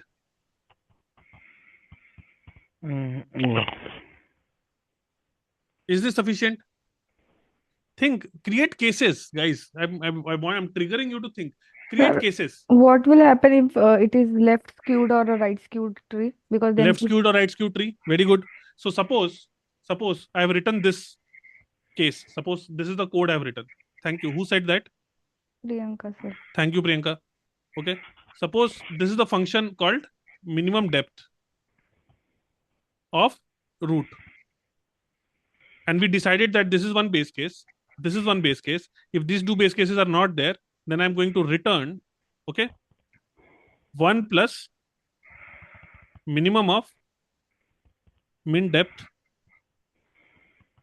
root dot right and minimum depth root dot left. But is this sufficient? Suppose if I have a tree like this, 3, 4, 5, and 6. Suppose this is the tree. Okay. Now suppose I want to find out the minimum. Suppose if I am using my function, my method here. Okay. So this is my function I have written. So what is the minimum depth of 6? 1. 1. 1. Then what is the minimum depth of 5? 1 plus Because 1. here I have null. Okay. And null ka minimum depth, I'm saying it is 0. So this will become what? This will become 1 plus minimum of 1 and 0, which will become 1. But is the answer 1? No, answer is 2. Are you getting the flaw in the logic? Right. Yep. So we have to write a case. We have to write case for nodes with one child.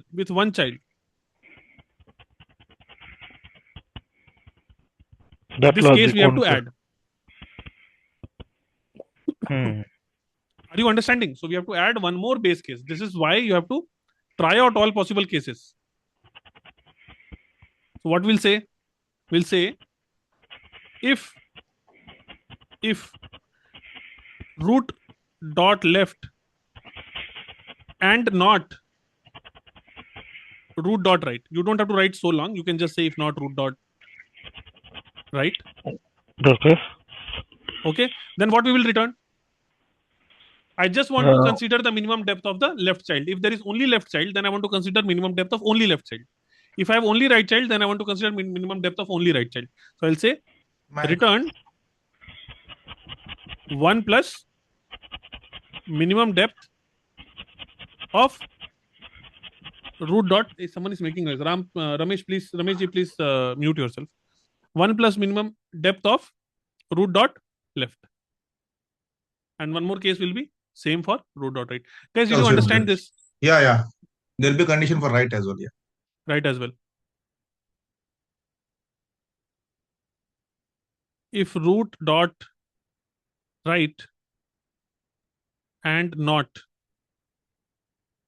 root dot left, then return 1 plus minimum depth of root of right. Root dot right. Root dot right. Now this is complete. Priyanka, your question is answered? Yes, sir. Yeah. So these are the possible cases. Now you will say, sir, we have to check this every time. No, not every time. In this question, it was applicable, so we checked. Now you have solved this question. Now, similarly, there is one maximum depth. So try to solve it on your own. This is where we are finding minimum depth. But there will be a question where we have to find the maximum depth. So if you want to find maximum depth in the same question, I will not write the code, but I will just give you intuition. Please try to solve it on your own. 3, 9, 20. 3, 9, 20. And 3, 9, 20. 15 and 7. How will you find maximum depth? Same way, the max function. The maximum depth of this will be 1. This will be 1. This will be max of 1 and 1. So 1 plus 1 is equal to 2. So max depth of this is 2. This will be 1. This will be 1 plus max 1 and 2. So this will be 3. So maximum depth is 3. So try to solve this question also on your own.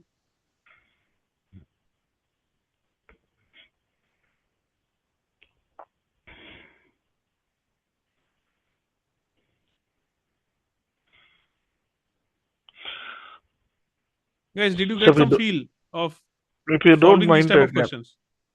So if you don't mind, can you make a dry run with one small tree in the above minimum? Small tree. Small tree. This small tree only. Yeah. Just you can apply the dry run that. Okay. Yeah, you can apply the dry run to get deeper understanding.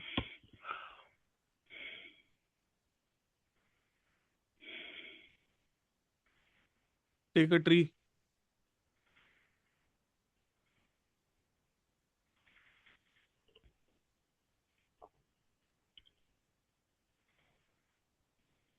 Okay. Suppose this is the tree. Yes. I'm going to call minimum depth on the root, which is 4. Okay. Is this Yeah. condition true? No. Is this condition true? If not root dot left and not root dot right, which is meaning leaf node. So is it a leaf node? No. No. Not. Is this condition true? No. Is this condition true? No. So I will call No. this condition, which means 1 plus minimum depth of root dot right and minimum depth of root dot left. So root dot right, which is this tree, I want to find the minimum depth of this tree, and I want to find the minimum depth of 6, 7, and 8. Correct? No? Minimum depth of root dot right. Root dot right is this one, and root dot left is this one. Do you agree? Yes or no? No, sir. Actually, minimum depth the pi 1 6 only, right? 4 after that 4 and pi 1 6 only is coming, right? What Minimum is dot root dot left? pi only, right? And what is root Root dot dot right? root dot right is 6. It is not 6. It is this entire tree. No, root dot left is not 6 only. Entire tree. This is the tree. What is the left subtree? Left subtree is 5. Then 5. What is the right subtree? Or right child? right subtree is 6, 7, 8, sir. But 6, 7, 8. But root dot right means it's not only per single node, right? It's per entire subtree. Yeah, root dot right is 6. There is no such thing as 6. 6 is a node. Node is connected to 7 and 8. No. How will you get rid of that? Okay. Entirely okay. Then in this case, root dot left dot value mean only for the 6, right? Yes. But This is a root dot node. This is a node. This node contains 6 and left child is 7 and right child is 8. This is the value. This is the left child. This is the right child. This thing is representing the node. correct. That's why I'm asking. No root dot right, right? Root dot right mean 6 only, right? It's not 6, 7, 8. 6 right? is a subtree. When we say 6, it does not mean just 6. It means the entire tree of 6. Entire tree. So in this case, root dot right dot value mean the specific value, right? In this case, what is the value? Yes. Root dot right Yes. dot. Yes. Okay. So root dot right means entire node, subtree node, and root dot right dot value means the Yes. specific node value. Yes. Yes. Okay. Okay. So I'll call it on 5. So if you call it on 5, is this condition true? No. No. Is this condition true? Yes. Yes, this condition true. So I'll get the answer 1. Then I will check for 6, 7, 8. Okay. For 6, 7, 8, again the same logic will run. I'll go for 1 plus, I'll call minimum depth of root dot right. So this will be 1, this will be 1, and this will be 1 plus 1, which is 2. So ultimately it will return 1 plus minimum depth of 1 and 2. So this will become 2, and this will become 1 plus minimum depth of 1 and 2. This will become equal to 2. Okay. Clear? Yeah. Got it. Okay. Please do it on your own after the class. Sit with the function and do it on your own. Guys, trees, I'm concluding now. Okay. The same question, this question can be also solved using BFS. Do you guys remember BFS? Yeah, level by level. Breath passage. Do you remember BFS, guys? Can someone tell me how we can solve it using BFS?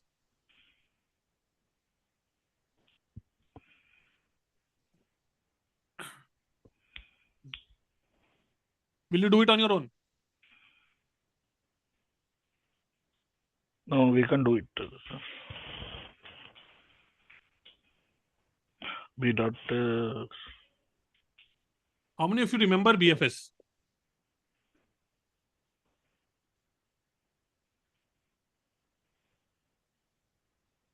How many of you can quickly give me the template code for BFS?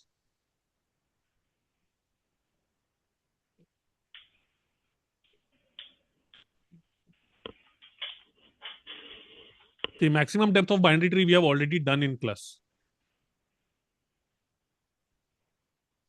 See, we have done this right side view. This is also BFS. We have done this BFS traversal. How many of you remember this? We use the queue problem, right? Not regression.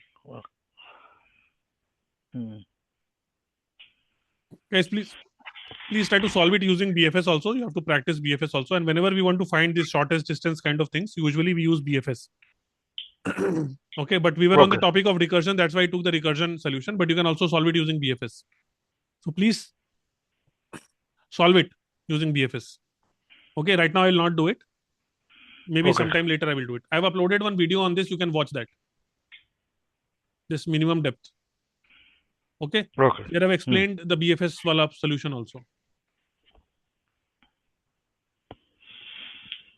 Okay.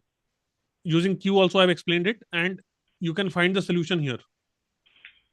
Where is it? Minimum depth of a binary tree. See, using Q. So whatever template code of BFS you know, you have to make some small change in that and you will be able to solve it. Can we conclude trees now? Yeah. Yeah, we can conclude, but from our side, we can make effort, I think. That is always the case. Okay, let us start with graphs. Okay.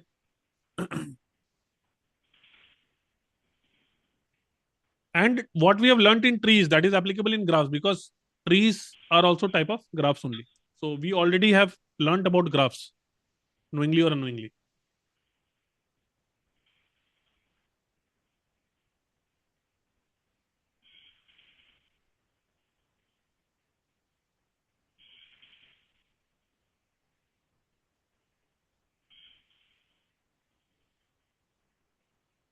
Okay.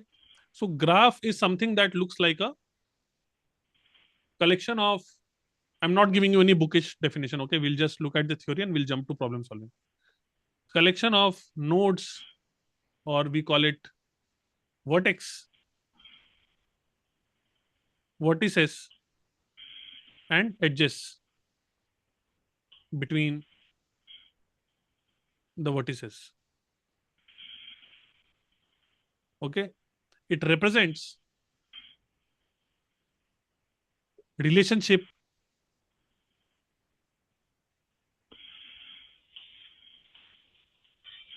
between the vertices. This vertices in mathematics it is called as vertices, but in computer science we call it nodes. So I'm going to use the word nodes, but it is the same as vertices, or we call it vertex. Vertex is the singular. From vertex we have vertices, but we'll not use this word. We'll use vertices. Okay. So it represents the relationship between the different nodes. Okay. So let us take some simple example. I'm going to take one example of, say, Ramesh. Okay. And this is one node, and Ramesh is friends with, say, Ashish. Okay. And Ashish is friends with Bhavesh. Okay. And Bhavesh is friends with Guru. And Guru is also friends with Ramesh. And I'm having Anil. Anil is not friends with anyone. Okay. And I'm having Abhimanyu.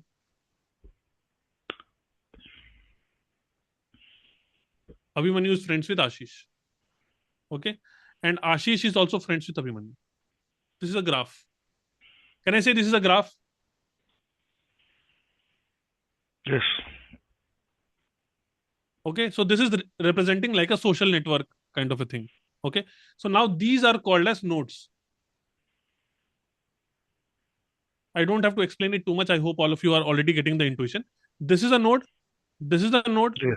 This is a node. Yes. This is a node. This is a node, and this is a node. Okay, and this is the edge. Yes. This is the edge. Okay, so we say when there is an arrow here, we say this is a directional edge.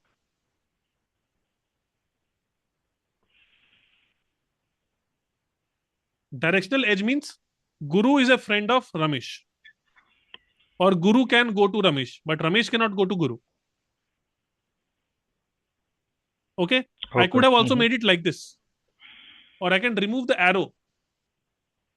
Normally in the question it will be mentioned whether it is a directional graph or non-undirectional graph. Okay, but if I write it like this without any arrow, that means Ramesh and Guru both can go to each other. But if I make it like this, if I make an arrow here, then it is a unidirectional or directional, which means the arrow is only from Guru to Ramesh. From Ramesh to Guru, the arrow is not there. So if Ramesh has to go to Guru, then he has to go to Ashish. From Ashish, we have to go to Bhavesh. From Bhavesh, we have to go to Guru. Okay, so just like in trees, this is also one path. This is one path. You'll say, what is the path from Ramesh to Guru? This is the path. Yes. And from Guru to Ramesh, directly I have a path. Okay, if I have to go from Ashish to Ramesh, then I will go from Ashish to Bhavesh, Bhavesh to Guru, Guru to Ramesh. All of you are following, guys? Yes. And Anil is here separate. So Anil does not have any friend. Okay, so it is possible that there can be a node which is not connected. But normally you will not find it. Normally you will see that there is some connection. Okay, like this. Are you guys following? So, but what is vertices? You told something is vertices, right? This is vertex. That is a vertex. Node is a vertex. Node is a vertex. Tree, maybe we are creating nodes, right?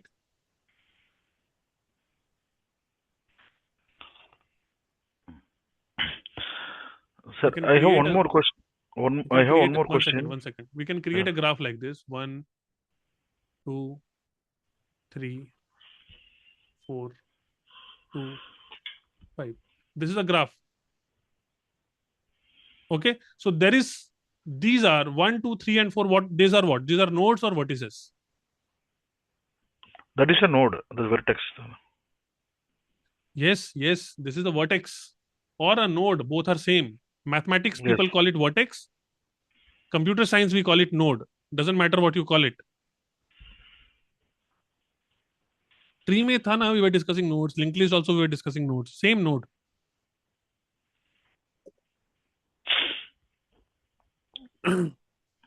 Is everyone with me so far? Yes, sir. Yes, sir. Yes. So we have one question, sir. So this is you are calling as graph, right? So something x and y axis, that is also graph only, right? That is a different graph. Different graph means that is statistics things, right? So that is not a graph. That is also graph. That is also graph. That is a different graph. A different graph. Okay. Okay. Now you have worked with graphs earlier. So if I say that this is a graph, does it look familiar to you? Yes, linked list. Yeah, linked list. It's like this is a linked list. You already know. Linked list. But is this also a graph? Oh, okay. Yeah, unidirectional graph. It is also one graph. Okay. If I say that this, it's a tree, but it's also a graph. Yeah. Is a graph. This is a special type of graph which is directed and okay. Non-cyclic. There are no cycles in this graph. This graph is having a cycle. Can you see? If I can make a graph, see like this. Can you see there is a cycle from 2 to 3, 3 to 4, 4 to 2? Yes. Okay. Or you can say that there are two ways of reaching to 2. From 1 also I can reach 2. Okay. And from 4 also I can reach 2. Yeah. But in a graph, if I make 3, How many ways are there to reach to 3? There is only one way. From 1 you can go to 3. There is no other way. Correct. So a non-cyclic and a directed graph is also called as a tree. Sir इसका थोड़ा application भी बता देते हैं कि जैसे tree है तो ये सब कहाँ यूज हो रहा है, ये साइक्लिक ग्राफ कहाँ यूज हो रहा है? बताएंगे. Thank you sir. ग्राफ का तो इतना एप्लीकेशन है कि आप थक जाओगे. Google Maps is the हर जगह Right. ग्राफ ही ग्राफ है. maps are Map, one of the- Facebook application. ठीक है, एप्लीकेशन आपको मिल जाएगा, आप चिंता मत करो. पहले समझ लो कि ग्राफ क्या है, ग्राफ के से रिलेटेड क्या क्या कॉन्सेप्ट्स है. फिर इतना भरोसा रखो कि ग्राफ इतना है दुनिया में कि आपको हर जगह चारों तरफ एग्जाम्पल ही मिलेगा. Sure sure sir. यहाँ पे मैंने एक एग्जांपल दे दिया ना. ये क्या है? फ्रेंड लिस्ट है सोशल मीडिया में. पीपल यू में नो लिंक्डइन में, है ना. आपको कहीं जाना है, किसी डेस्टिनेशन में कहीं फ्लाइट लेना है और अलग अलग सिटीज हैं, वो सारे के ऊपर फ्लाइट्स बने हुए हैं, वो भी ग्राफ ही है. Okay, so now the question is that are we going to represent this graph? Okay, so there are few ways of representing the graph, and once we know how to represent the graph, then we can traverse the graph. So our area of interest is graph traversal. There are a lot of things in graph, but majorly we are going to focus on graph traversal. What is graph traversal or tree traversal? We have done traversal in tree. So what is graph traversal? What is traversal?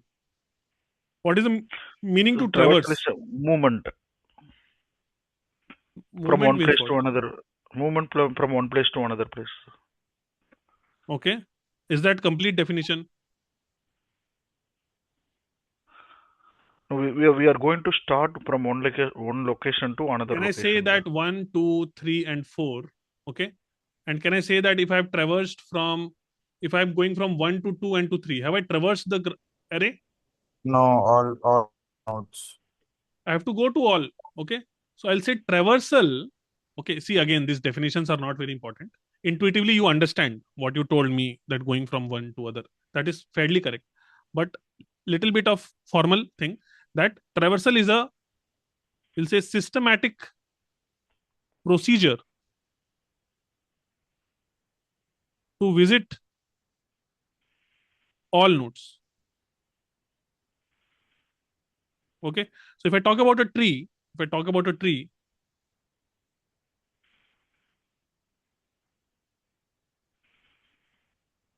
okay. So if I talk about traversal,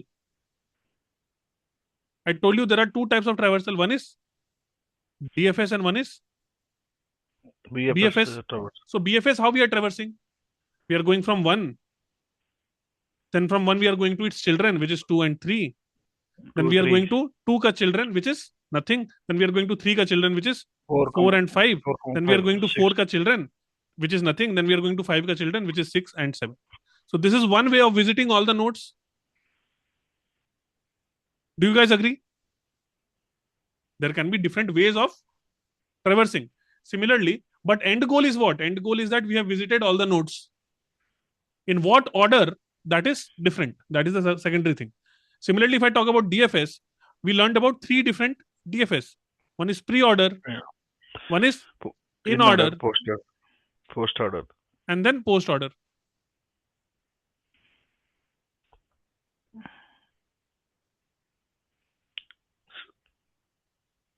Okay, and all of them will have different arrangements, but ultimately you will visit every single node once. Okay. Okay, so that is traversal. So I want to talk about graph traversal. How are we going to traverse a graph? So just a quick thing.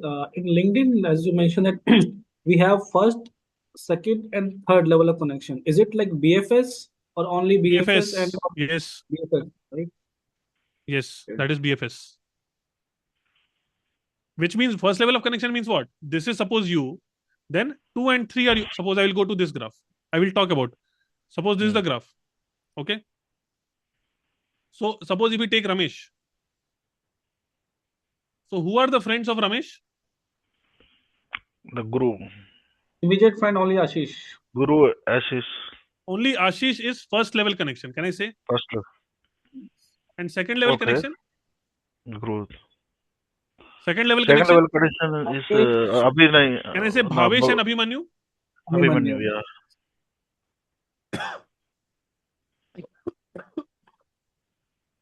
And third level connection? Guru. So how can I say? How can I see? No, Guru What is you are not. asking me? What you are asking me? What you are asking me is breadth first traversal of this graph. That's what you are asking me. आप मुझसे पूछ रहे हो, ये जो आपने question पूछा, आप इन अनोइंगली आप मुझसे पूछ रहे हो कि इस ग्राफ का आप मुझे बीएफएस करके बता दो. तो बीएफएस में क्या करेंगे, हम लोग बोलेंगे आशीष जो है वो लेवल 1 पे है, ठीक है, और आशीष के जो चिल्ड्रन है भावेश वो लेवल 2 पे है, और अभिमन्यु वो भी लेवल 2 पे है. अब लेवल 2 से जो भी जा रहा है, आशीष तो हो गया, भावेश, गुरु लेवल 3 पे है और कोई और लेवल 3 पे नहीं है, ठीक है. उसके बाद फिर No, nothing. That's it. No, there is no third level connections. there is no, after that there is no level connection. No. तो ये हमने बीएफएस कर दिया, ठीक है. इसके बाद फिर हम लोग ये रमेश से बीएफएस हो गया हमारा. अब अगर अनिल से बीएफएस करेंगे तो अलग रिजल्ट आएगा, अभिमन्यु से बीएफएस करेंगे तो अलग रिजल्ट आएगा, भावेश से बीएफएस करेंगे तो अलग रिजल्ट आएगा.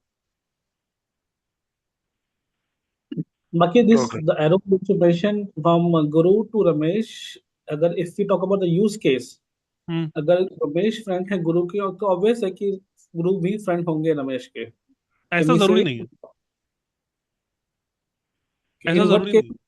In what case, sir, it is not possible because क्योंकि ये एरो ऐसा नहीं है.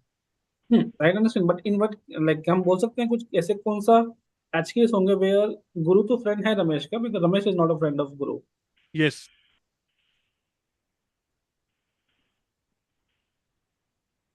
So if it is a bi-directional mean, Ramesh Guru, Guru Ramesh, it is pointing. Correct. Yeah. It's like Instagram. I might follow you, but you may not follow me. Correct. Yeah. That's a perfect use case. Sure, sir. Understood. Yeah. Got it. Okay. So if we want to talk about graph traversal, okay. So before that, I want to talk about representing the graph first of all. So traversal बाद में देखेंगे, पहले देखते हैं representing a graph.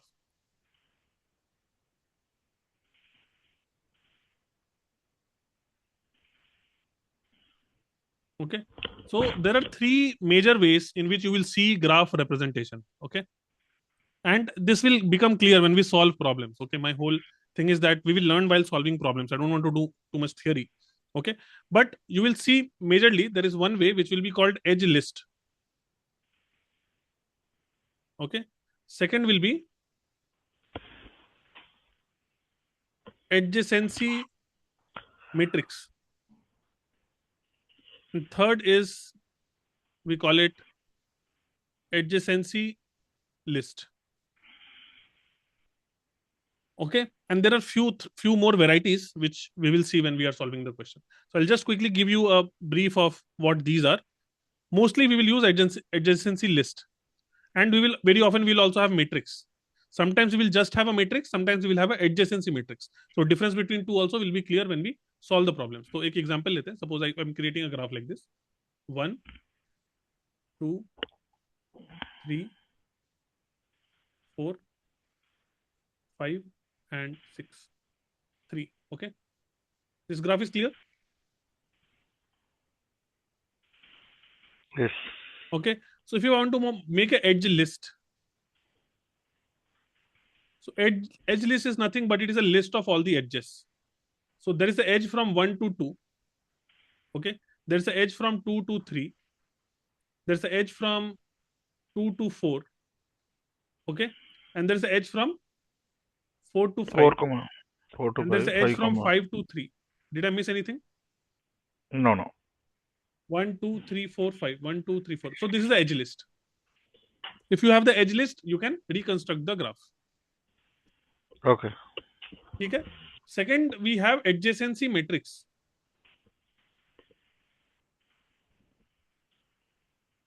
Keep in mind that very often when we will solve problem, we will get matrix. Okay. Matrix and adjacency matrix, there is a difference. Okay, so keep that in mind in future. Right now we are not dealing with matrix, but when we will solve problem, we'll get matrix based problems or a grid based problems. We will not call it matrix, we'll call it grid. But grid is also a matrix only. But keep in mind that the meaning of those are different. Okay. Adjacency matrix. So what is adjacency matrix?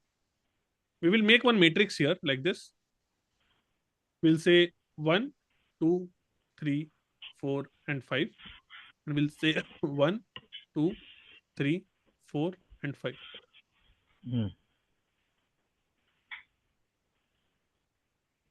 Sometimes in the problem, it will be given in this format. Okay.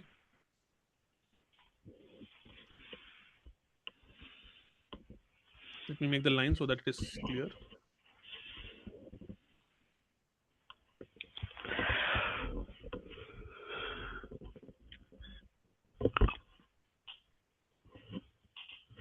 Okay. So is there a relationship between 1 and 2? Yes. So here I will say 1. Okay. Is there a relationship between 1, 2 and 3? Yes. 2 and 3. There's a relationship. 2 and 4, there is a relationship. 2 and 4, there is a relationship. Okay. 4 and 5, there is a relationship. So 4 and 5, there is a relationship. 5 and 3, there is a relationship. So 5 and 3, there is a relationship. And I'll say 0, 0, 0, 0, 0, 0, 0, 0, 0, 0, 0, 0. 3 is not connected to anything. Okay. So 3, all 0. 4 is connected to only 5. So 0, 0, 0, 0. And 5 is connected to only 3. So 0, 0, 0. Okay. This is a directed graph, by the way. Either there will be arrow or in the question it will be written that it is a directed graph. Okay? Sir, can you repeat once again directed graph? What do you mean by directed graph?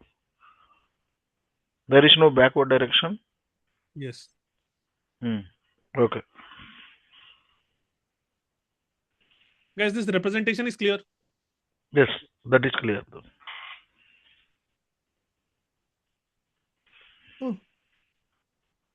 Okay, sometimes it will be given. Mustafa is saying we touch point every node of a graph in an organized way. Yes, I think you were talking about traversal definition. Okay, the third thing is adjacency list. So what is the demerit of this?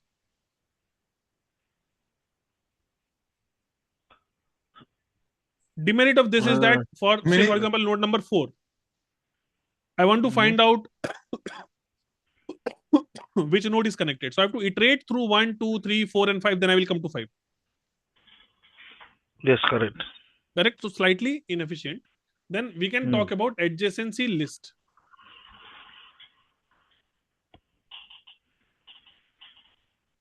Don't have to memorize any of this, okay? By now, it should come naturally to you that these are the different ways of representing things. Okay? So in adjacency list, I will make a dictionary. Okay? I'll make a dictionary. I'll say that, and you see, trees can also have weights. So this is a non-weighted tree. I'll give you example of weighted tree also. But normally when we solve the basic questions, it will always be about non-weighted tree. Weighted tree also I will tell you, it's quite obvious. Suppose if 1 and 2 are cities and this is representing a flight. So then price of the flight will be the weight of the graph. Is more zeros in matrix also called sparse matrix? Yes, correct. Okay. So what we'll say node 1. Okay. And I will create one list here that who are the neighbors of 1. So neighbors of 1 is 2. And I will say 2. Neighbors of 2 is what? 3. 3 and 4. 3 and 4, sorry. 3 and 4. Neighbors of 3? Nothing. 3 is nothing. 4? 5. Okay. 5. Yeah, 5. 5. 3. 3. So this is a adjacent list. Adjacency list.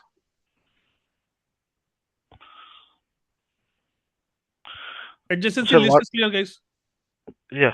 So why do you say the non-weighted tree? The in between the Non-weighted weight, graph, sorry. Non-weighted graph. non-weighted graph. No, that is in between 1 and 2, the distance value, or what? What do you mean by non-weighted? Some weight I will put there. Weight means what? Weight means some unit, right? Suppose this is India, okay? And suppose I'll take some example. Suppose this is Indranagar. This is JP Nagar. The kilometer in between kilometer we can This is consider. Sarjapur. Okay. This is Kormangla. And suppose I'm talking about autos which are running between these different areas in Bangalore. So Indranagar to JP Nagar, Indranagar to Kormangla, Indranagar to Sarjapur, Kormangla to Sarjapur, Sarjapur to JP Nagar. These are the different things. Now the price of auto from Indranagar to JP Nagar is 1000, suppose, for some reason. Okay, Indranagar to Kormangla is 80. Kormangla to Sarjapur is only 20, suppose. Sarjapur to JP Nagar is only 10. Okay, and Indranagar to Sarjapur is maybe 500. Okay, so graph can also be like this, that if I want to go from Indranagar to JP Nagar, directly if I'm going through this path, then I'm paying 1000 rupees. Correct? But if I'm going from this path, then I'm paying only 110 rupees. Yes, correct. So that way a graph can also have weights or distance. Yes, distance. But it can be distance also. Yeah, right. But you said like non-weighted graph, right? Non-weighted. This is weighted graph. This is weighted graph. Okay. Without values, it's non-weighted. Earlier, the example I gave you, that was non-weighted graph. Here, I did not put any weights. There is no any value. Understood. Yeah. So graph can have weights also. It can be unweighted also. I'm saying most of the questions that we are solving, those are mostly from non-weighted part. So weighted also we will do, but first we will focus on non-weighted. Got it.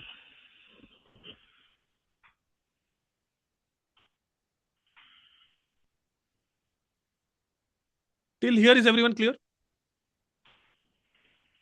Yes.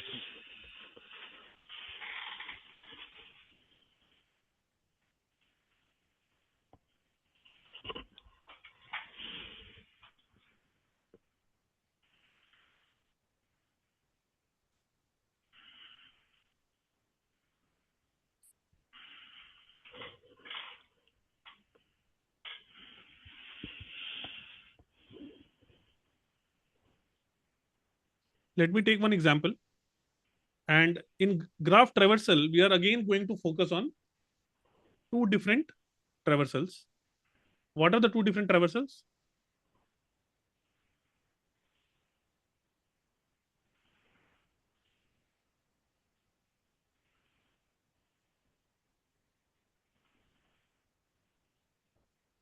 DFS and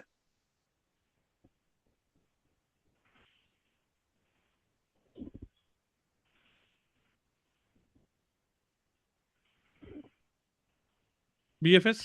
These two things we are going to focus on. Can someone tell me the difference between DFS and BFS? Yeah, the DFS contains the three method, right? The traversal method is in order, pre-order, and post-order. And breadth paste is a horizontal patient, is a vertical patient. What is DFS? So in DFS we traverse from the root towards the leaf. Basically we traverse longitudinally. And in BFS we travel level wise. We try to bifurcate the. But don't use the word leaf, because leaf is only in tree. Yeah, right. Last vertices, we can say, until last vertices. What is the last vertex? From the starting point to end point, right? Where is the end point? And there is no child. Is it necessary that in a graph you will find a node with no child? No, that is not necessary. The mechanism is different here. It's no needed. Then what will you say about DFS and BFS? What someone said, I didn't see the name, but what he said was correct.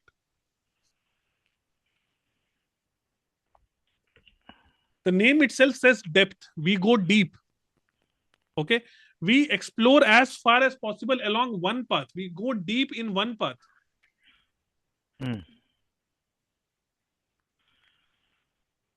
Go deep in one path. Then backtrack and explore deep on another path.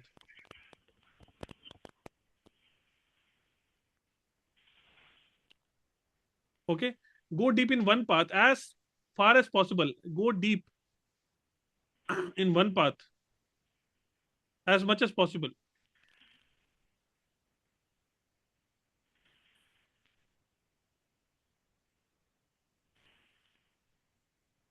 This is high level thing. This is the concept of DFS. Now someone will ask you, how will you do DFS in a tree? Then you can say pre-order, in order, all those things. But I'm asking you, what is a DFS? What is a DFS? Are you understanding what I'm trying to say? Yes. Deep in one path. It's like when I ask you, if I'm asking you, what is a dog? And you are saying that there is a German Shepherd and there is a Rottweiler and there is a Labrador. Dog is does that answer the question, what is a dog? Dog is an animal. You have to give the definition that dog is an animal that has so and so, it belongs to so and so species.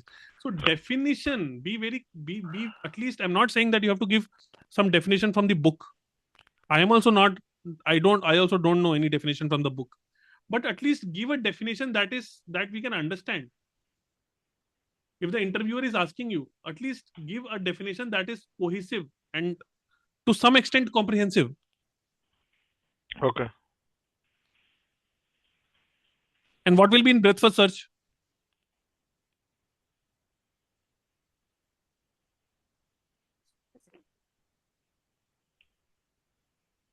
Here we go deep in one path. Here we explore all nodes at a given level. At a level. All nodes we don't go deep, we go wide. That's why it is breadth first search and it is depth first search. Explore all the nodes at a level or at given depth.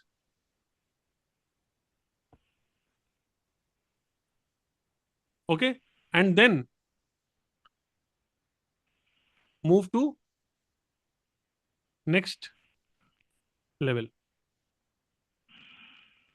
The same definition is true for tree also. Same definition is true for graph also.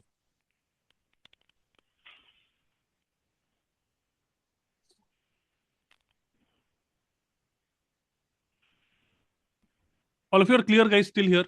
I'm expecting you should already know this, DFS and BFS. And the high level idea of DFS and BFS also you should know that here we use a stack and we use a queue.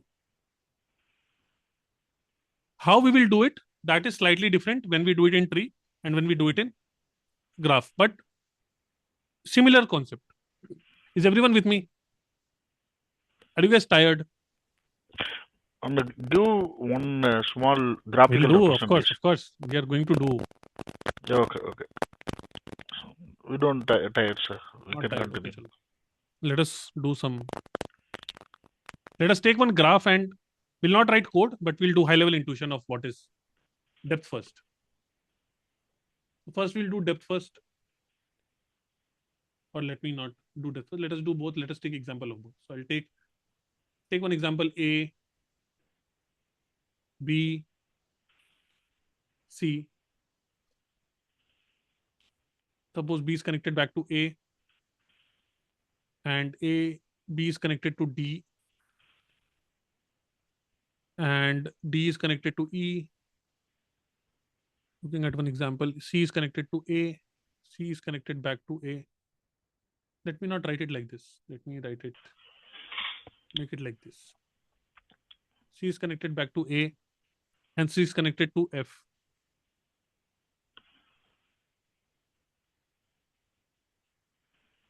Okay. Okay. Yeah. And D is connected to B. E is connected to B. Yes. E is connected to F. E is connected to F, and then F is connected to C. They're too complicated. Okay, let me. I'm not इतना बना दिया था. F is connected to C and F is connected to E. Sir, like how in trees we have root, right? From there we start our travel, sir. Or how do we do that in graph? Like, From any does it? place you can start. Okay. From any place we can start. So depending on where you start, you will get different traversals.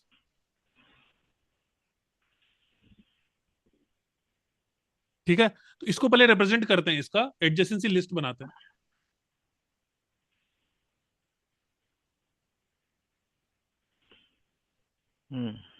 Okay, so if I take A, then which are the nodes?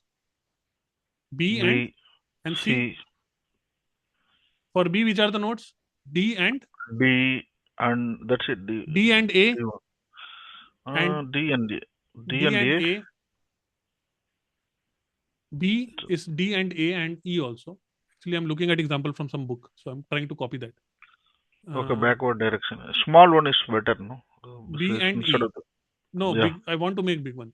Okay. I wanted to make small one. अब बना दिया तो इसको ले लेते. B will be D, A and E.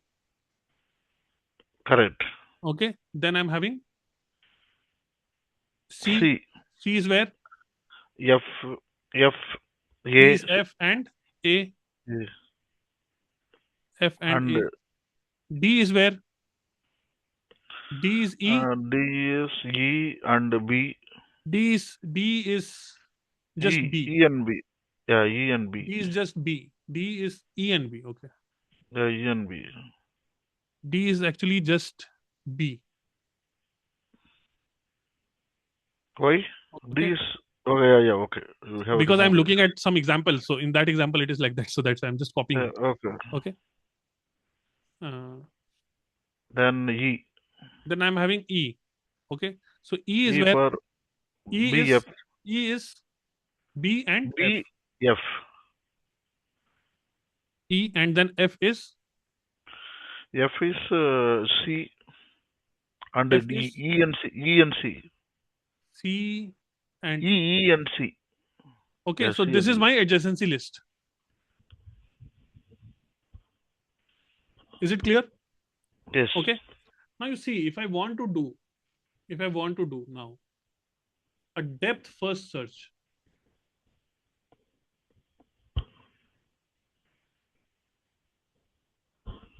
for DFS. So someone very rightly said that from where DFS. So we have to first decide the starting node, from where you want to start, because DFS from different nodes will be different. Yes. We say which is having more connectivity. No, not more connectivity. You will have to do DFS from multiple places. Okay. So we will just learn a general idea of how to DFS. Then if I will ask you to do from DFS from A, you will be able to do it. If I will ask you to do DFS from E, you will be able to do it. From C, you will be able to do it. Okay. So what is the idea of a DFS? General algorithm, if I ask you in a layman term, how do we do DFS?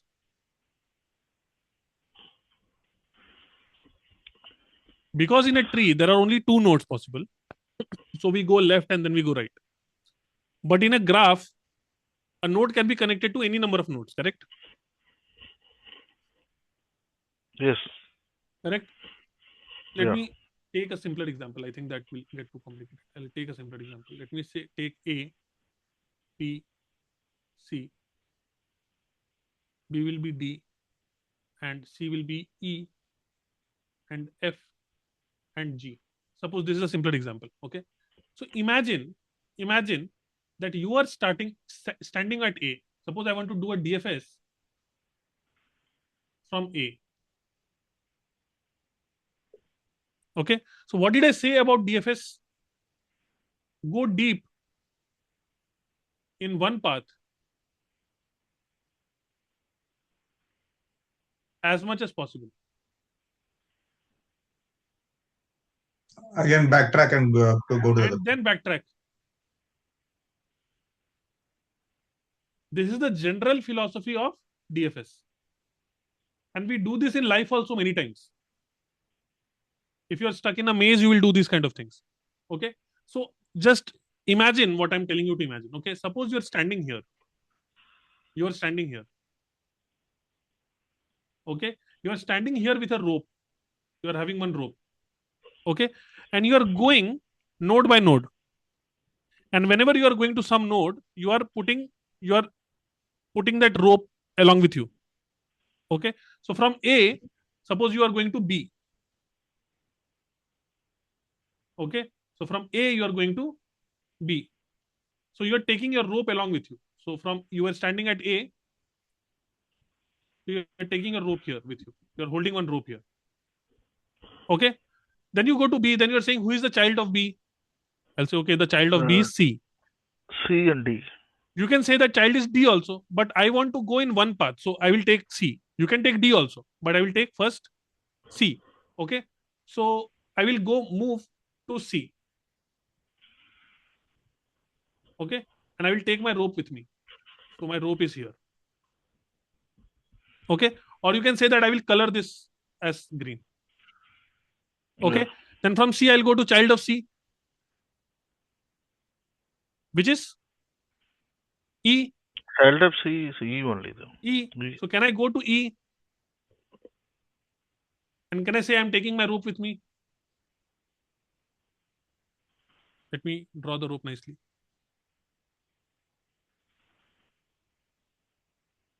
Are you guys following? Guys, are you following? Yeah, root. From E, where will you go? G. You can go F or G. F or G. Suppose I'm going to F. Anyone you can choose. Anyone you can choose. So I'm choosing F. So I'm going to F. And I'm taking my rope with me. So which are the nodes I've traversed? C I've traversed, E I've traversed, and F I've traversed. Yes. Okay. So what am I doing why am I carrying this rope with me? Or why am I marking this as green?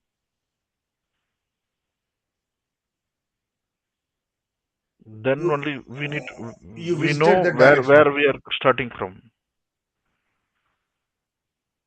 So that we keep track of which direction we have come. So that we don't go back in that direction. Yes, I understood. Okay. Then F we have come. Now F does not have any children. F does not have any children. So what we will do?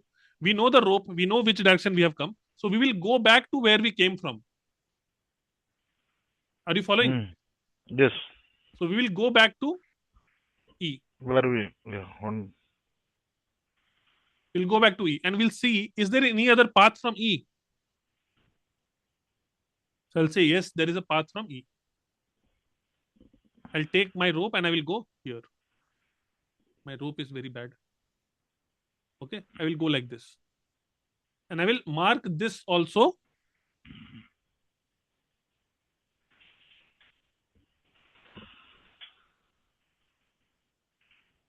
This is my G and I'm standing here.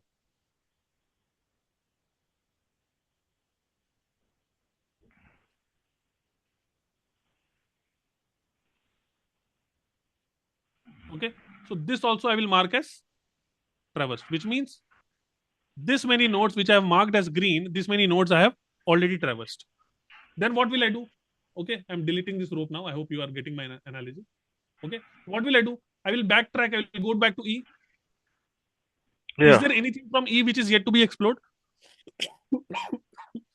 No, that's it. We should if back I did not again. mark this F as seen, if I did not mark this F as green, then again I will go back to F. Correct. But now I have marked it, so I know that I don't want to go back to F. I don't want to go back to G. Okay. So from E, I don't have any other way to go. So what to do?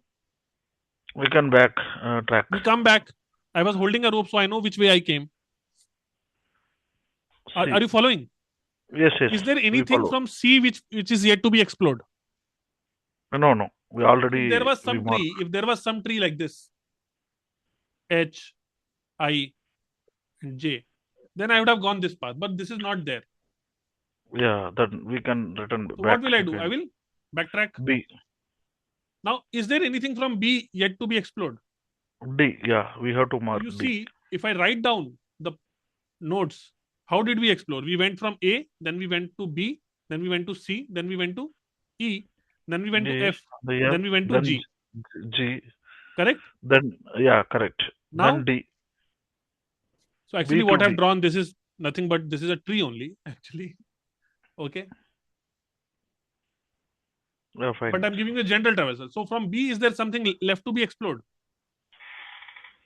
D. Yeah, yeah. D, na? D yet to be D. explored. So I will come to D and I'll mark D also as done. So I'll mark here, I'll come here and I will say I have visited D also. Okay, got Okay. it. Then I will come back to B. Is B there and anything A. else from B to do? Suppose there was one more node here, which was H. And this was, Then go.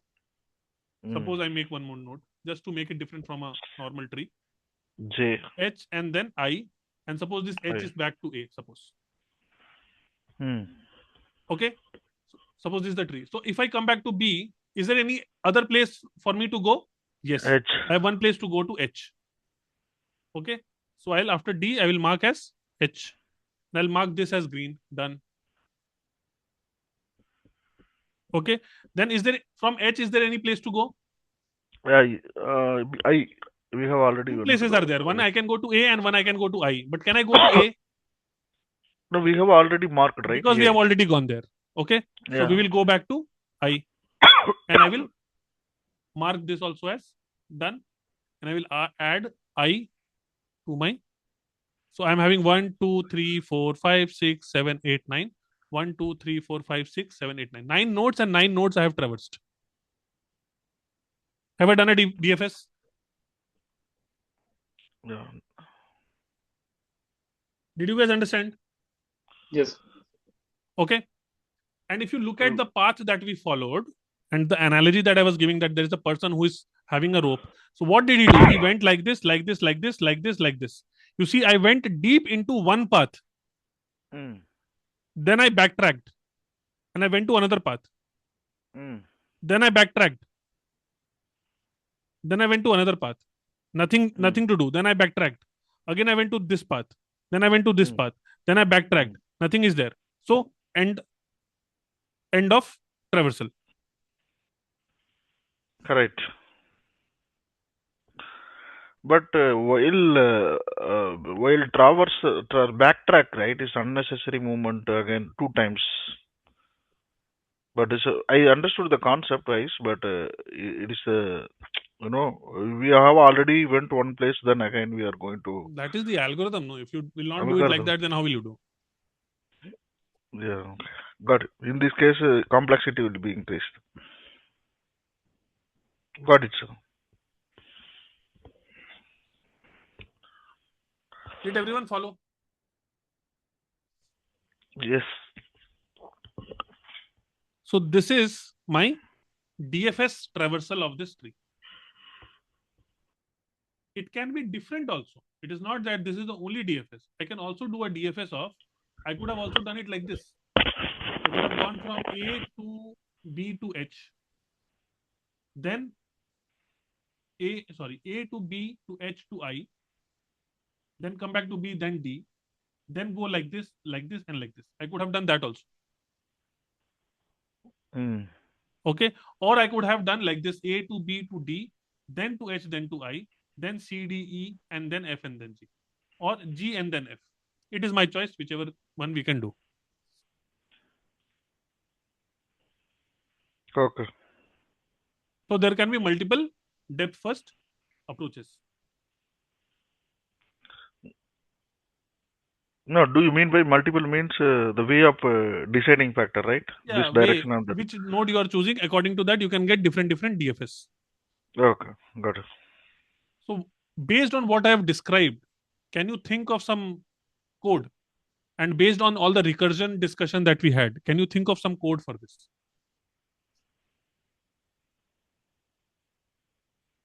By the way, if I do BFS, should we write code for DFS or should we also discuss BFS?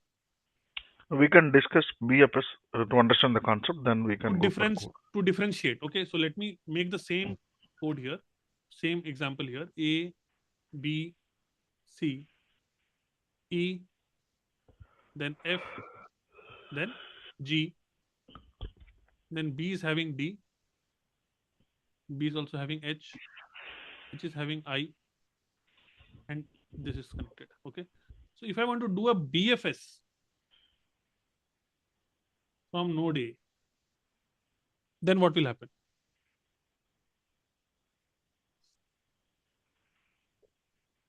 So this is level 1. Yes. Which is on level 2? 13 and 17. No? Sorry. B and B, H. B and This B is and level H. 2 and H. How H? Yeah, that is level. No, sorry. B only. Sorry. It's my mistake. There is only one on level 2. Which are on level 3? Level 3, we have 3 vector. No? This is level 3. This is also level 3. TDI. This is also level 3. Yeah. So we are exploring level by level. So we have explored till level 3. Now which is level 4? I. This is level 4. And E. And this is also I level and 4. E. Which is level 5? F and G. This is level 5 and this is also level 5. Okay.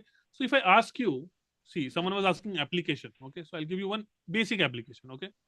What is the shortest path from A to E?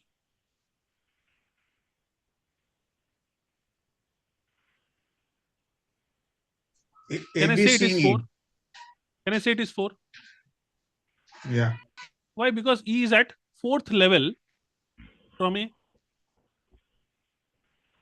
Yes, correct.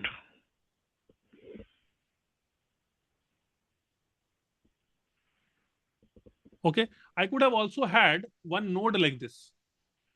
Suppose I'm having one node like this. Okay. And I'm asking you, what is the shortest path?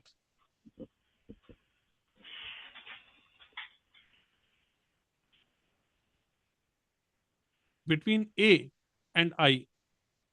Can you immediately say that it is 4? Yes, correct. There is one more path, which is 1, 2, 3, 4, 5. It's the longest path. But shortest AB. But shortest immediately you can say 1, 2, 3, 4. H and I. Which means BFS by default is giving me the shortest path. Okay. Yes. Lot of applications are there. DFS also a lot of applications are there. BFS also a lot of applications are there. But just one small thing I just told you.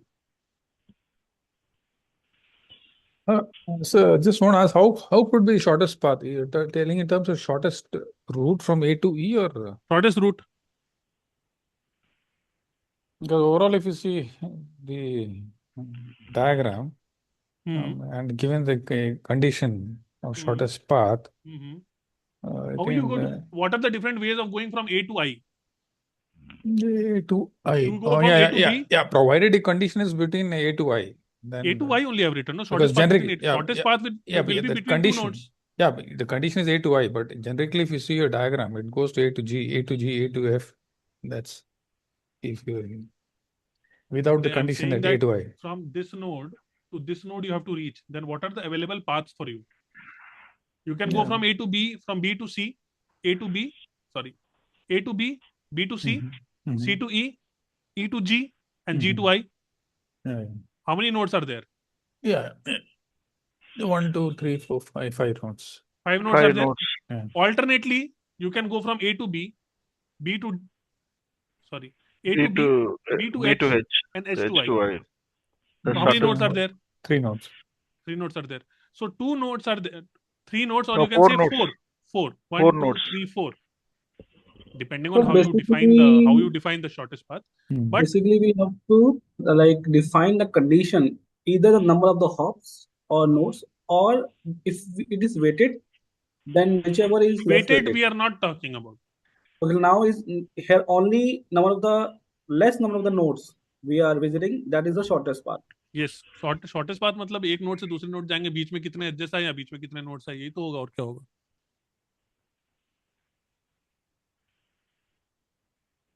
Understood. Got it, sir. Okay, so one application of BFS is shortest path. I'm just giving you one example like that. There are other examples also. Okay, can we write the code for depth first search?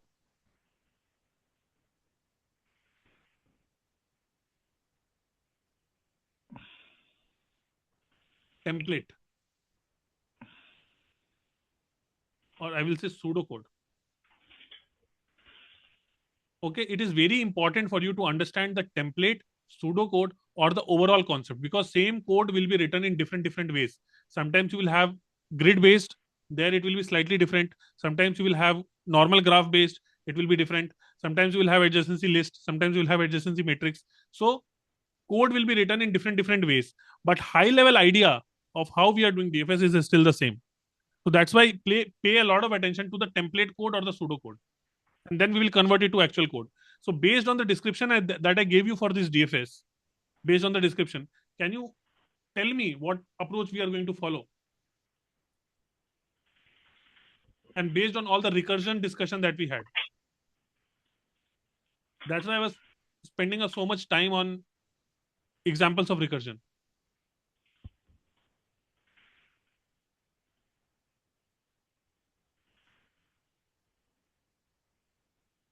We'll not take break. We'll end the class only now. It's already 6:50. Just give me idea. We'll not write any code, but I just want to explore, like, what is it that you're thinking?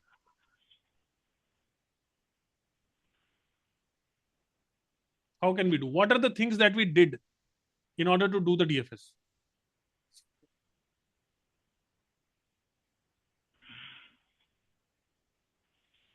We started with a node.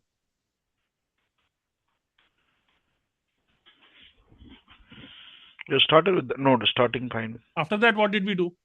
Try to formalize. See, the idea is that whatever you are doing, we have to arrange that in a logical set of statements. That is only coding. That only we are learning. That's why if you have understood it, then try to convert it into code or pseudocode at least.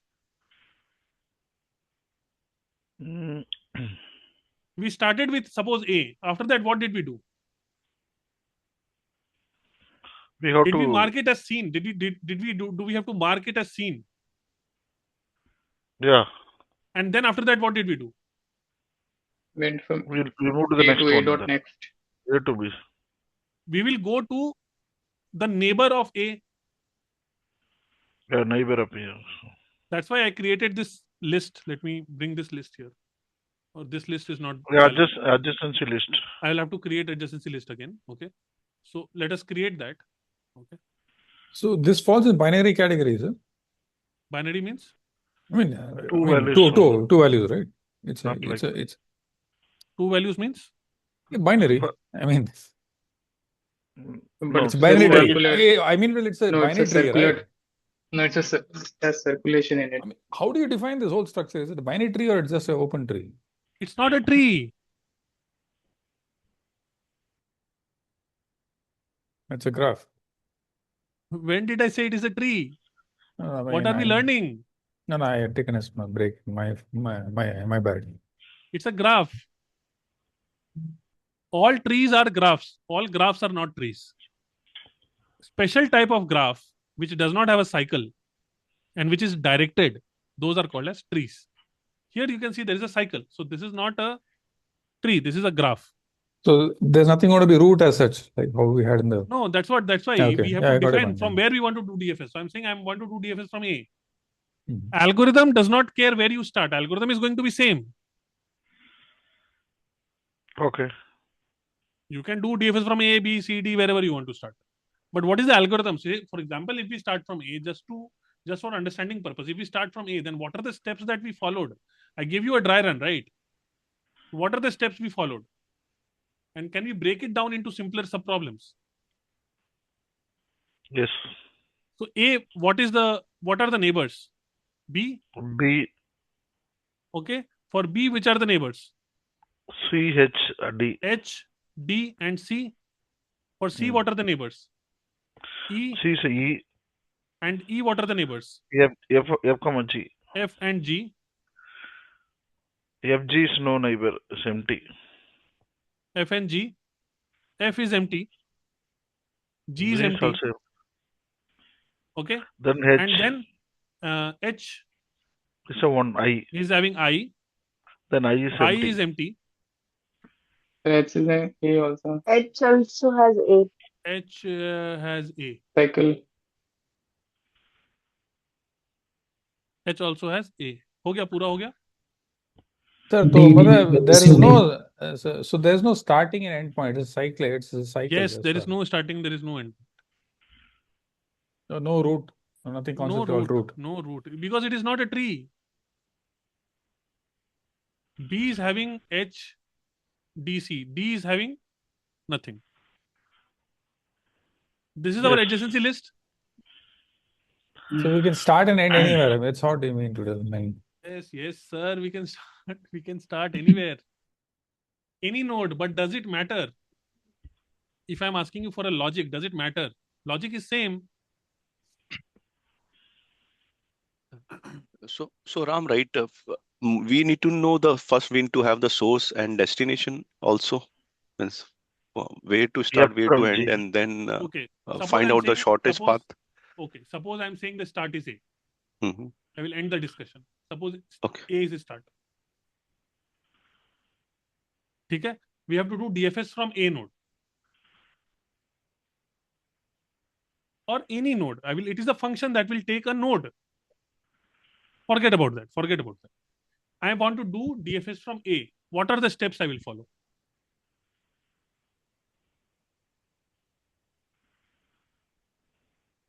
Keep checking the neighbor. I mean, for A. First thing was that I will mark. Suppose I'm doing a function. I'm doing DFS on a node. This node is A for now. Okay? So first thing what I will do, I was saying that I'm standing here, and I was marking it as visited, correct? Or marking it as seen. Okay, first step is that mark the node as seen. If it is already seen, then what you will do? We'll try and move towards its neighbor. Is B. If it is already seen, then what to do? We can skip away and We will not go. We will not go there. Okay. So first of all, if we have reached a node, I will mark the node as seen. I will make sure that I don't reach a node which is already seen. That I will take care. But keep that in mind that I don't want to go to a node which is already seen. So for that, wherever I go, I have to mark the node as seen. So I will mark the node as seen. Is this clear? How will I mark the node as seen? I will add it to some set, some dictionary, something I will do.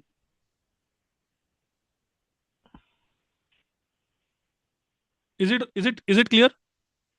After that, what do we do? Then move to the next. Move to the next node, which is B. And can I say that I want to do a DFS on B? The same function I want to call on B. Yeah. This is the most trickiest part. Okay. So I think first we have to check wherever we have moved. Is it already part of our set or dictionary? Correct. So I'll say if it is not, then we'll add. And then if it is, then move. So I'll say for I will say neighbor in neighbors, Which are my neighbors for A? B only. Currently, I just have B. But when I go to B, I will have 3 neighbors. HDC. I'll say for neighbor in neighbors, if neighbor is not seen, then I will call DFS recursion, DFS on my neighbor. Is it making sense? Yeah. This makes sense. Yeah.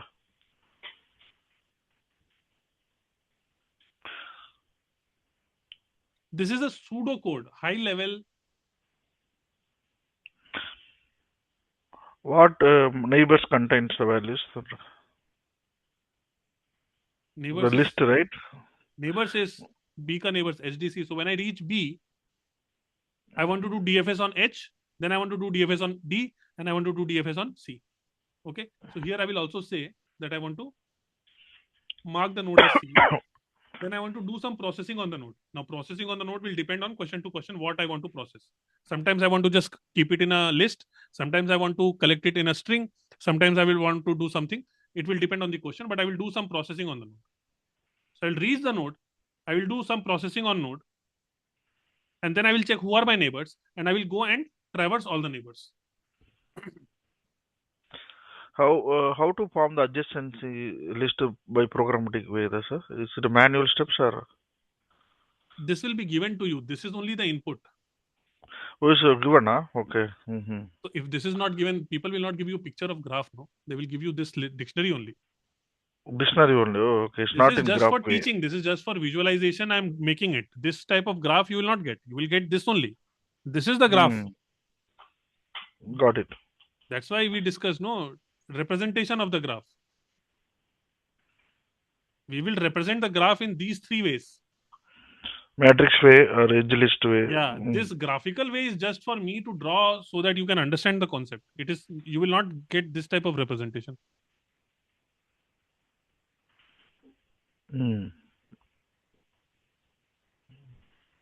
Got it.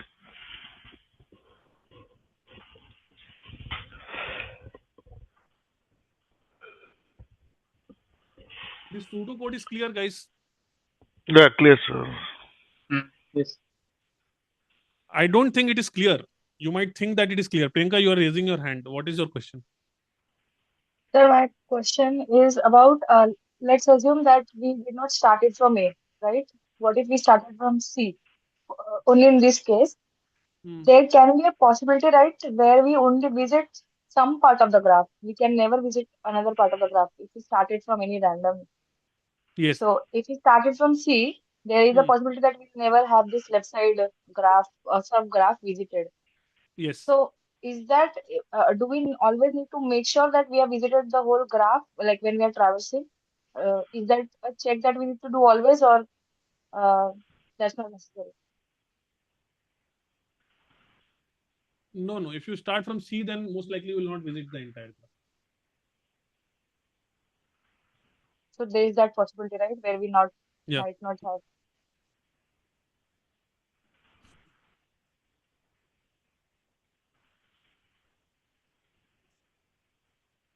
So going forward, what we are going to do, we are going to formalize this DFS. Okay. We'll write the actual code and then we'll write the template code for DFS and BFS. So we'll do the template code for DFS and BFS.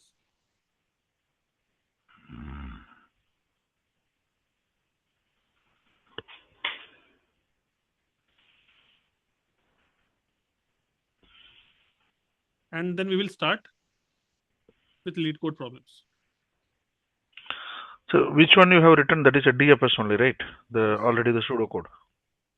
This is the DFS pseudocode. Yeah. With the help of the regular expression. Yes, this one I will request you that take some time to process this code, pseudocode.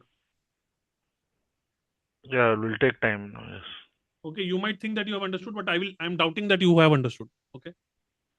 That how, if we call neighbor here, if we are running a loop, then how this will be a DFS?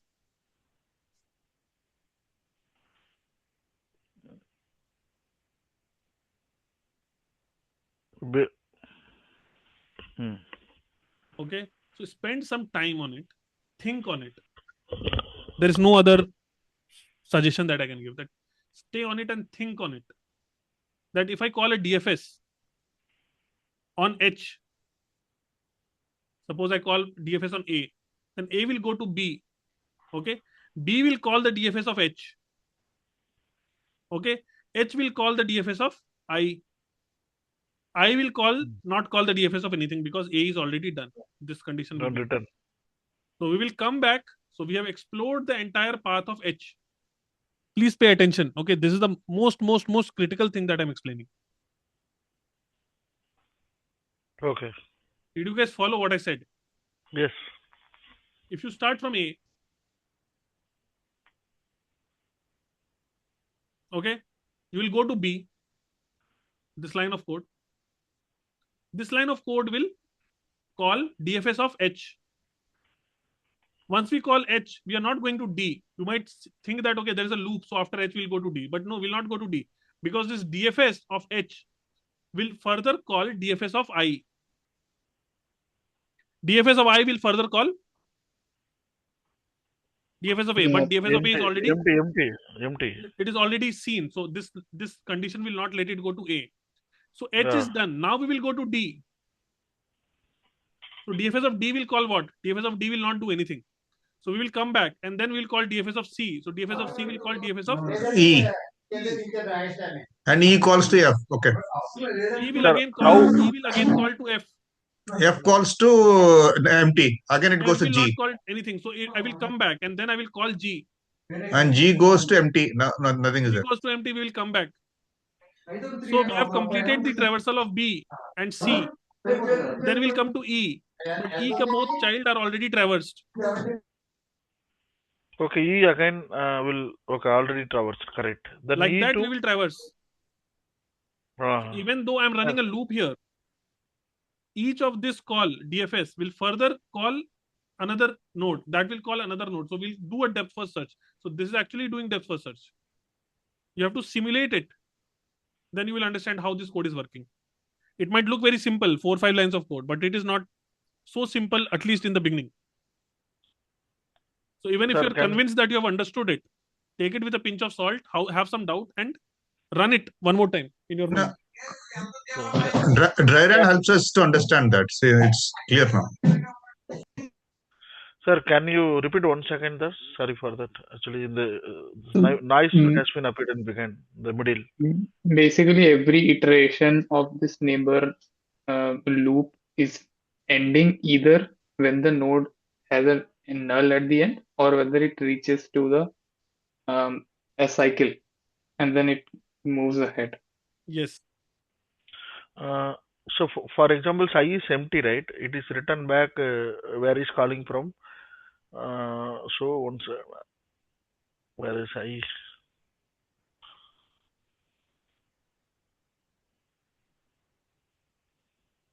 So H is calling to I, right? Then I is empty. Again, it can go back to A, right? A is already marked. Then again, where is going to return that from H? Return to from where H was called. Where is it called from? First, you will call what? See, we are calling DFS of A. Yes. DFS of A will call what? DFS of B. B. DFS of B will call H. First, it will call. It is supposed to call H, D, and C. Okay. So first, it will call what? DFS of H. Okay, and here I will keep a visited. So A is visited, B is visited, H is visited. Okay. Correct. H will call what? I. DFS of I. Okay. So I is visited. DFS of I will call what? So can I DFS scroll of down I will call what? Can I Nothing. scroll down your screen? Maybe we're DFS not of I able will to. call what? Nothing, because this loop will not run for I because there are no neighbors. Yeah. Okay. So DFS of I will return back to H. H we called I. Then H is also supposed to call A. But A will not get called because here there is a condition that A is already in scene. Yes. So H will return. Now B was supposed to call H, D, and C. This was H. Then it will again call DFS of D. D. Are you seeing the recursion tree? We'll go to D. D will call what? Nothing. There are no neighbors for D. There is no. Then No again. neighbors. So this line will not run for D. Yes, not run. Then. Yeah. Because there are no neighbors. So again we will go back to B. B was also supposed to call C. First we did H, then we did C, D, then we have to do C. So this will also call DFS of C. DFS of C will call DFS of E. So I will go. Yeah, I did not add things here. So I went I and then D and then C. I might have made a mistake here. In visited, I forgot to add. But C will call E. DFS of E. DFS of E is what? F and G. Okay. So F and G, I will call DFS of F. It's already, yeah. DFS of F. DFS of F is what? Empty. So I'll call E and F. Okay. And then I will go back to E. E was also supposed to call G. So it will also call G. DFS of G. DFS of G is empty. It will come back. I will add G here. Okay. Then DFS of C is complete. Is DFS of C complete? G complete. Then again. That means DFS of B is complete. DFS of B is complete. Then DFS of A is complete. Correct. Yeah. So have we traversed all the nodes? I might have made a mistake here. I forgot to add 1, 2, 3, 4, 5, 6, 7, 8, 9. So 9 nodes I've added. Okay. So is this a fair traversal? What did we do? We did A, B, H. You can see we did A, B, H, and then I. Okay. Then we went back to B and we did D. Then we did C,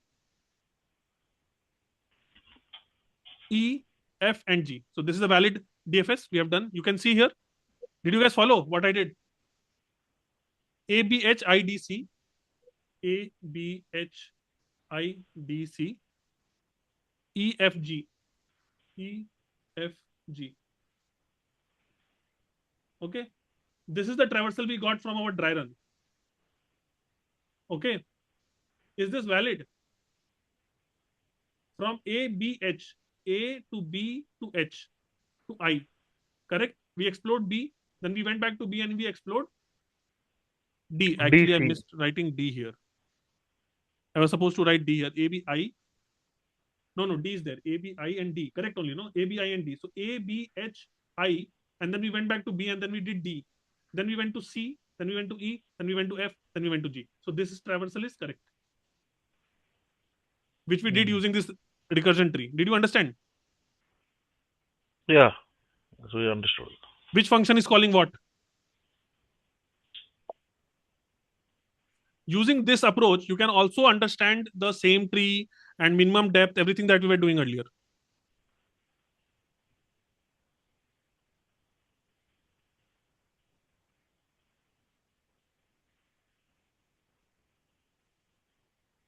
Are you guys okay?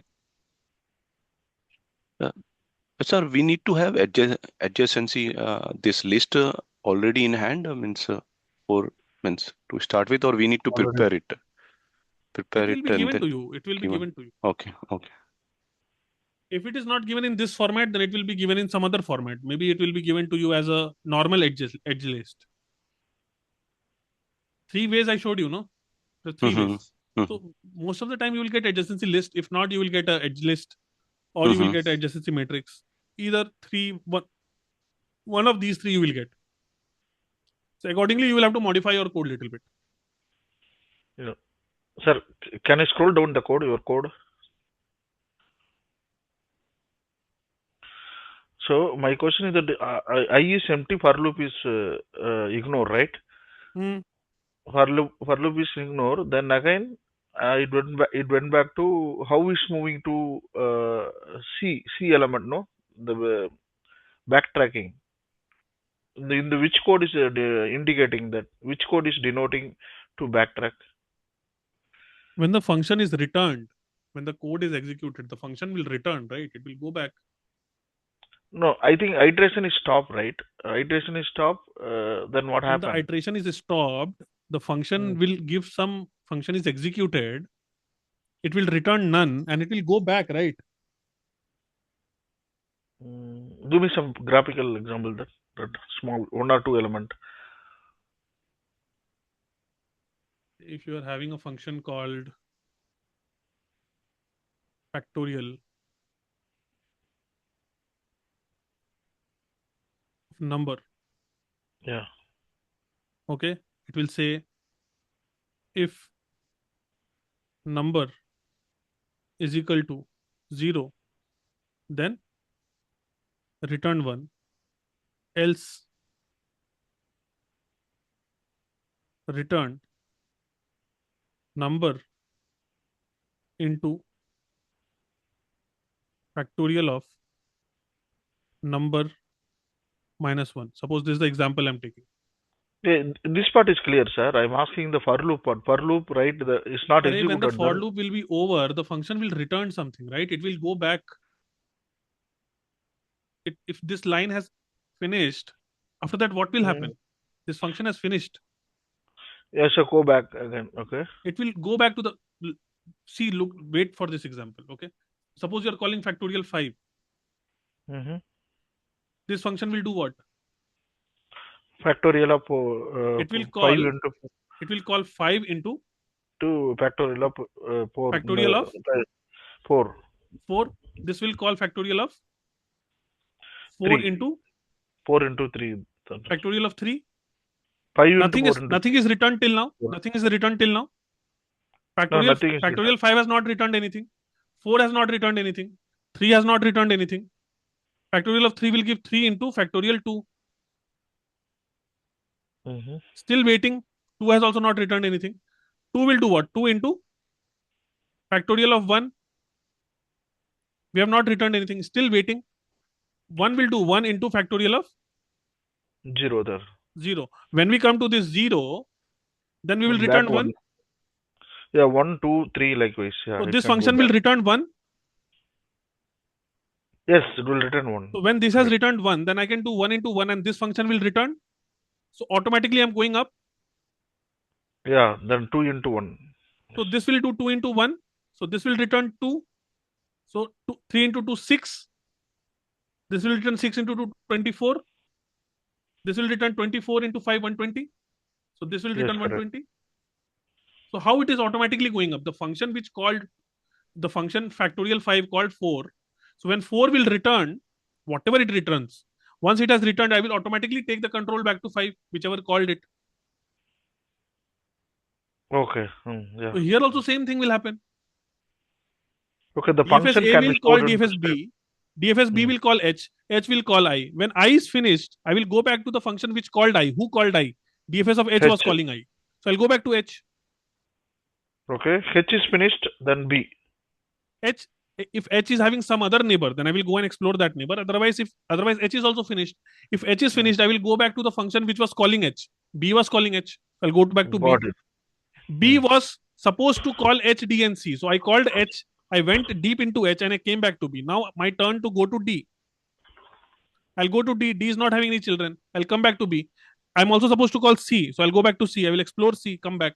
So if I've explored H, D, and C, all three, then DFS B will return. Once DFS B is returned, where will I go? To the function which called DFS B, which is DFS A.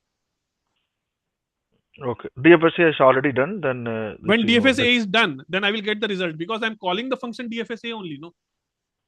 Understood. Got DFS it. A is my starting point. That makes sense.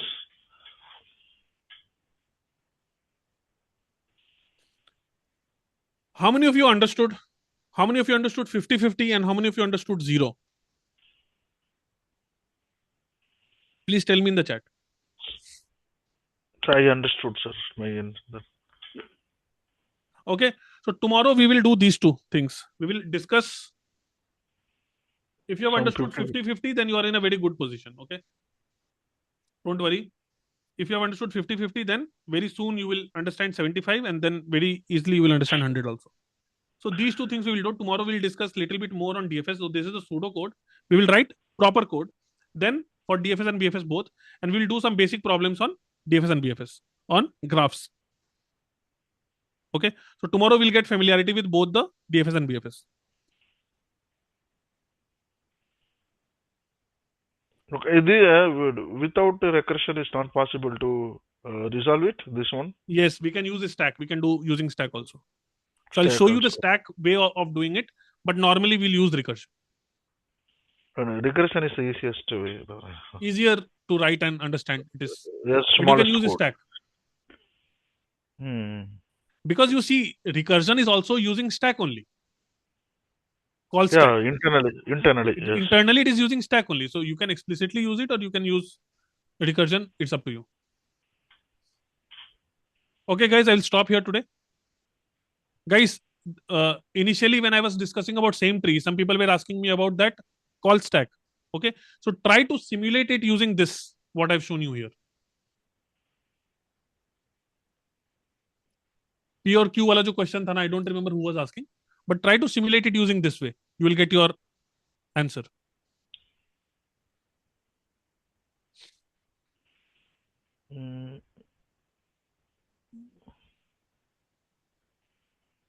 ठीक है, guys, I will see you tomorrow.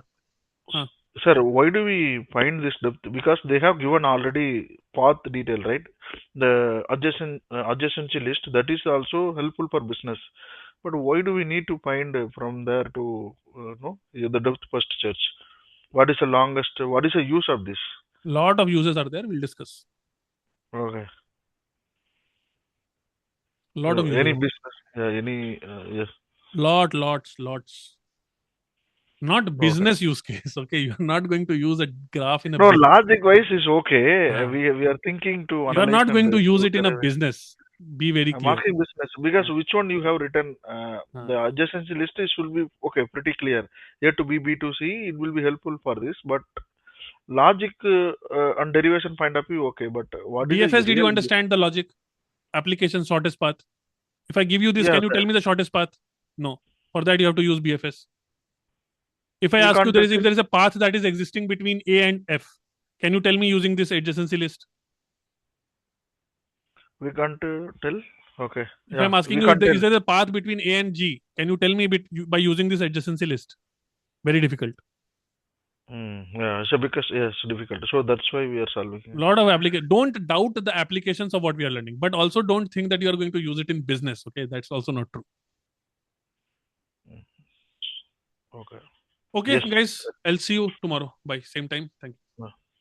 Thank you, sir. Bye. Guys, anyone has any questions?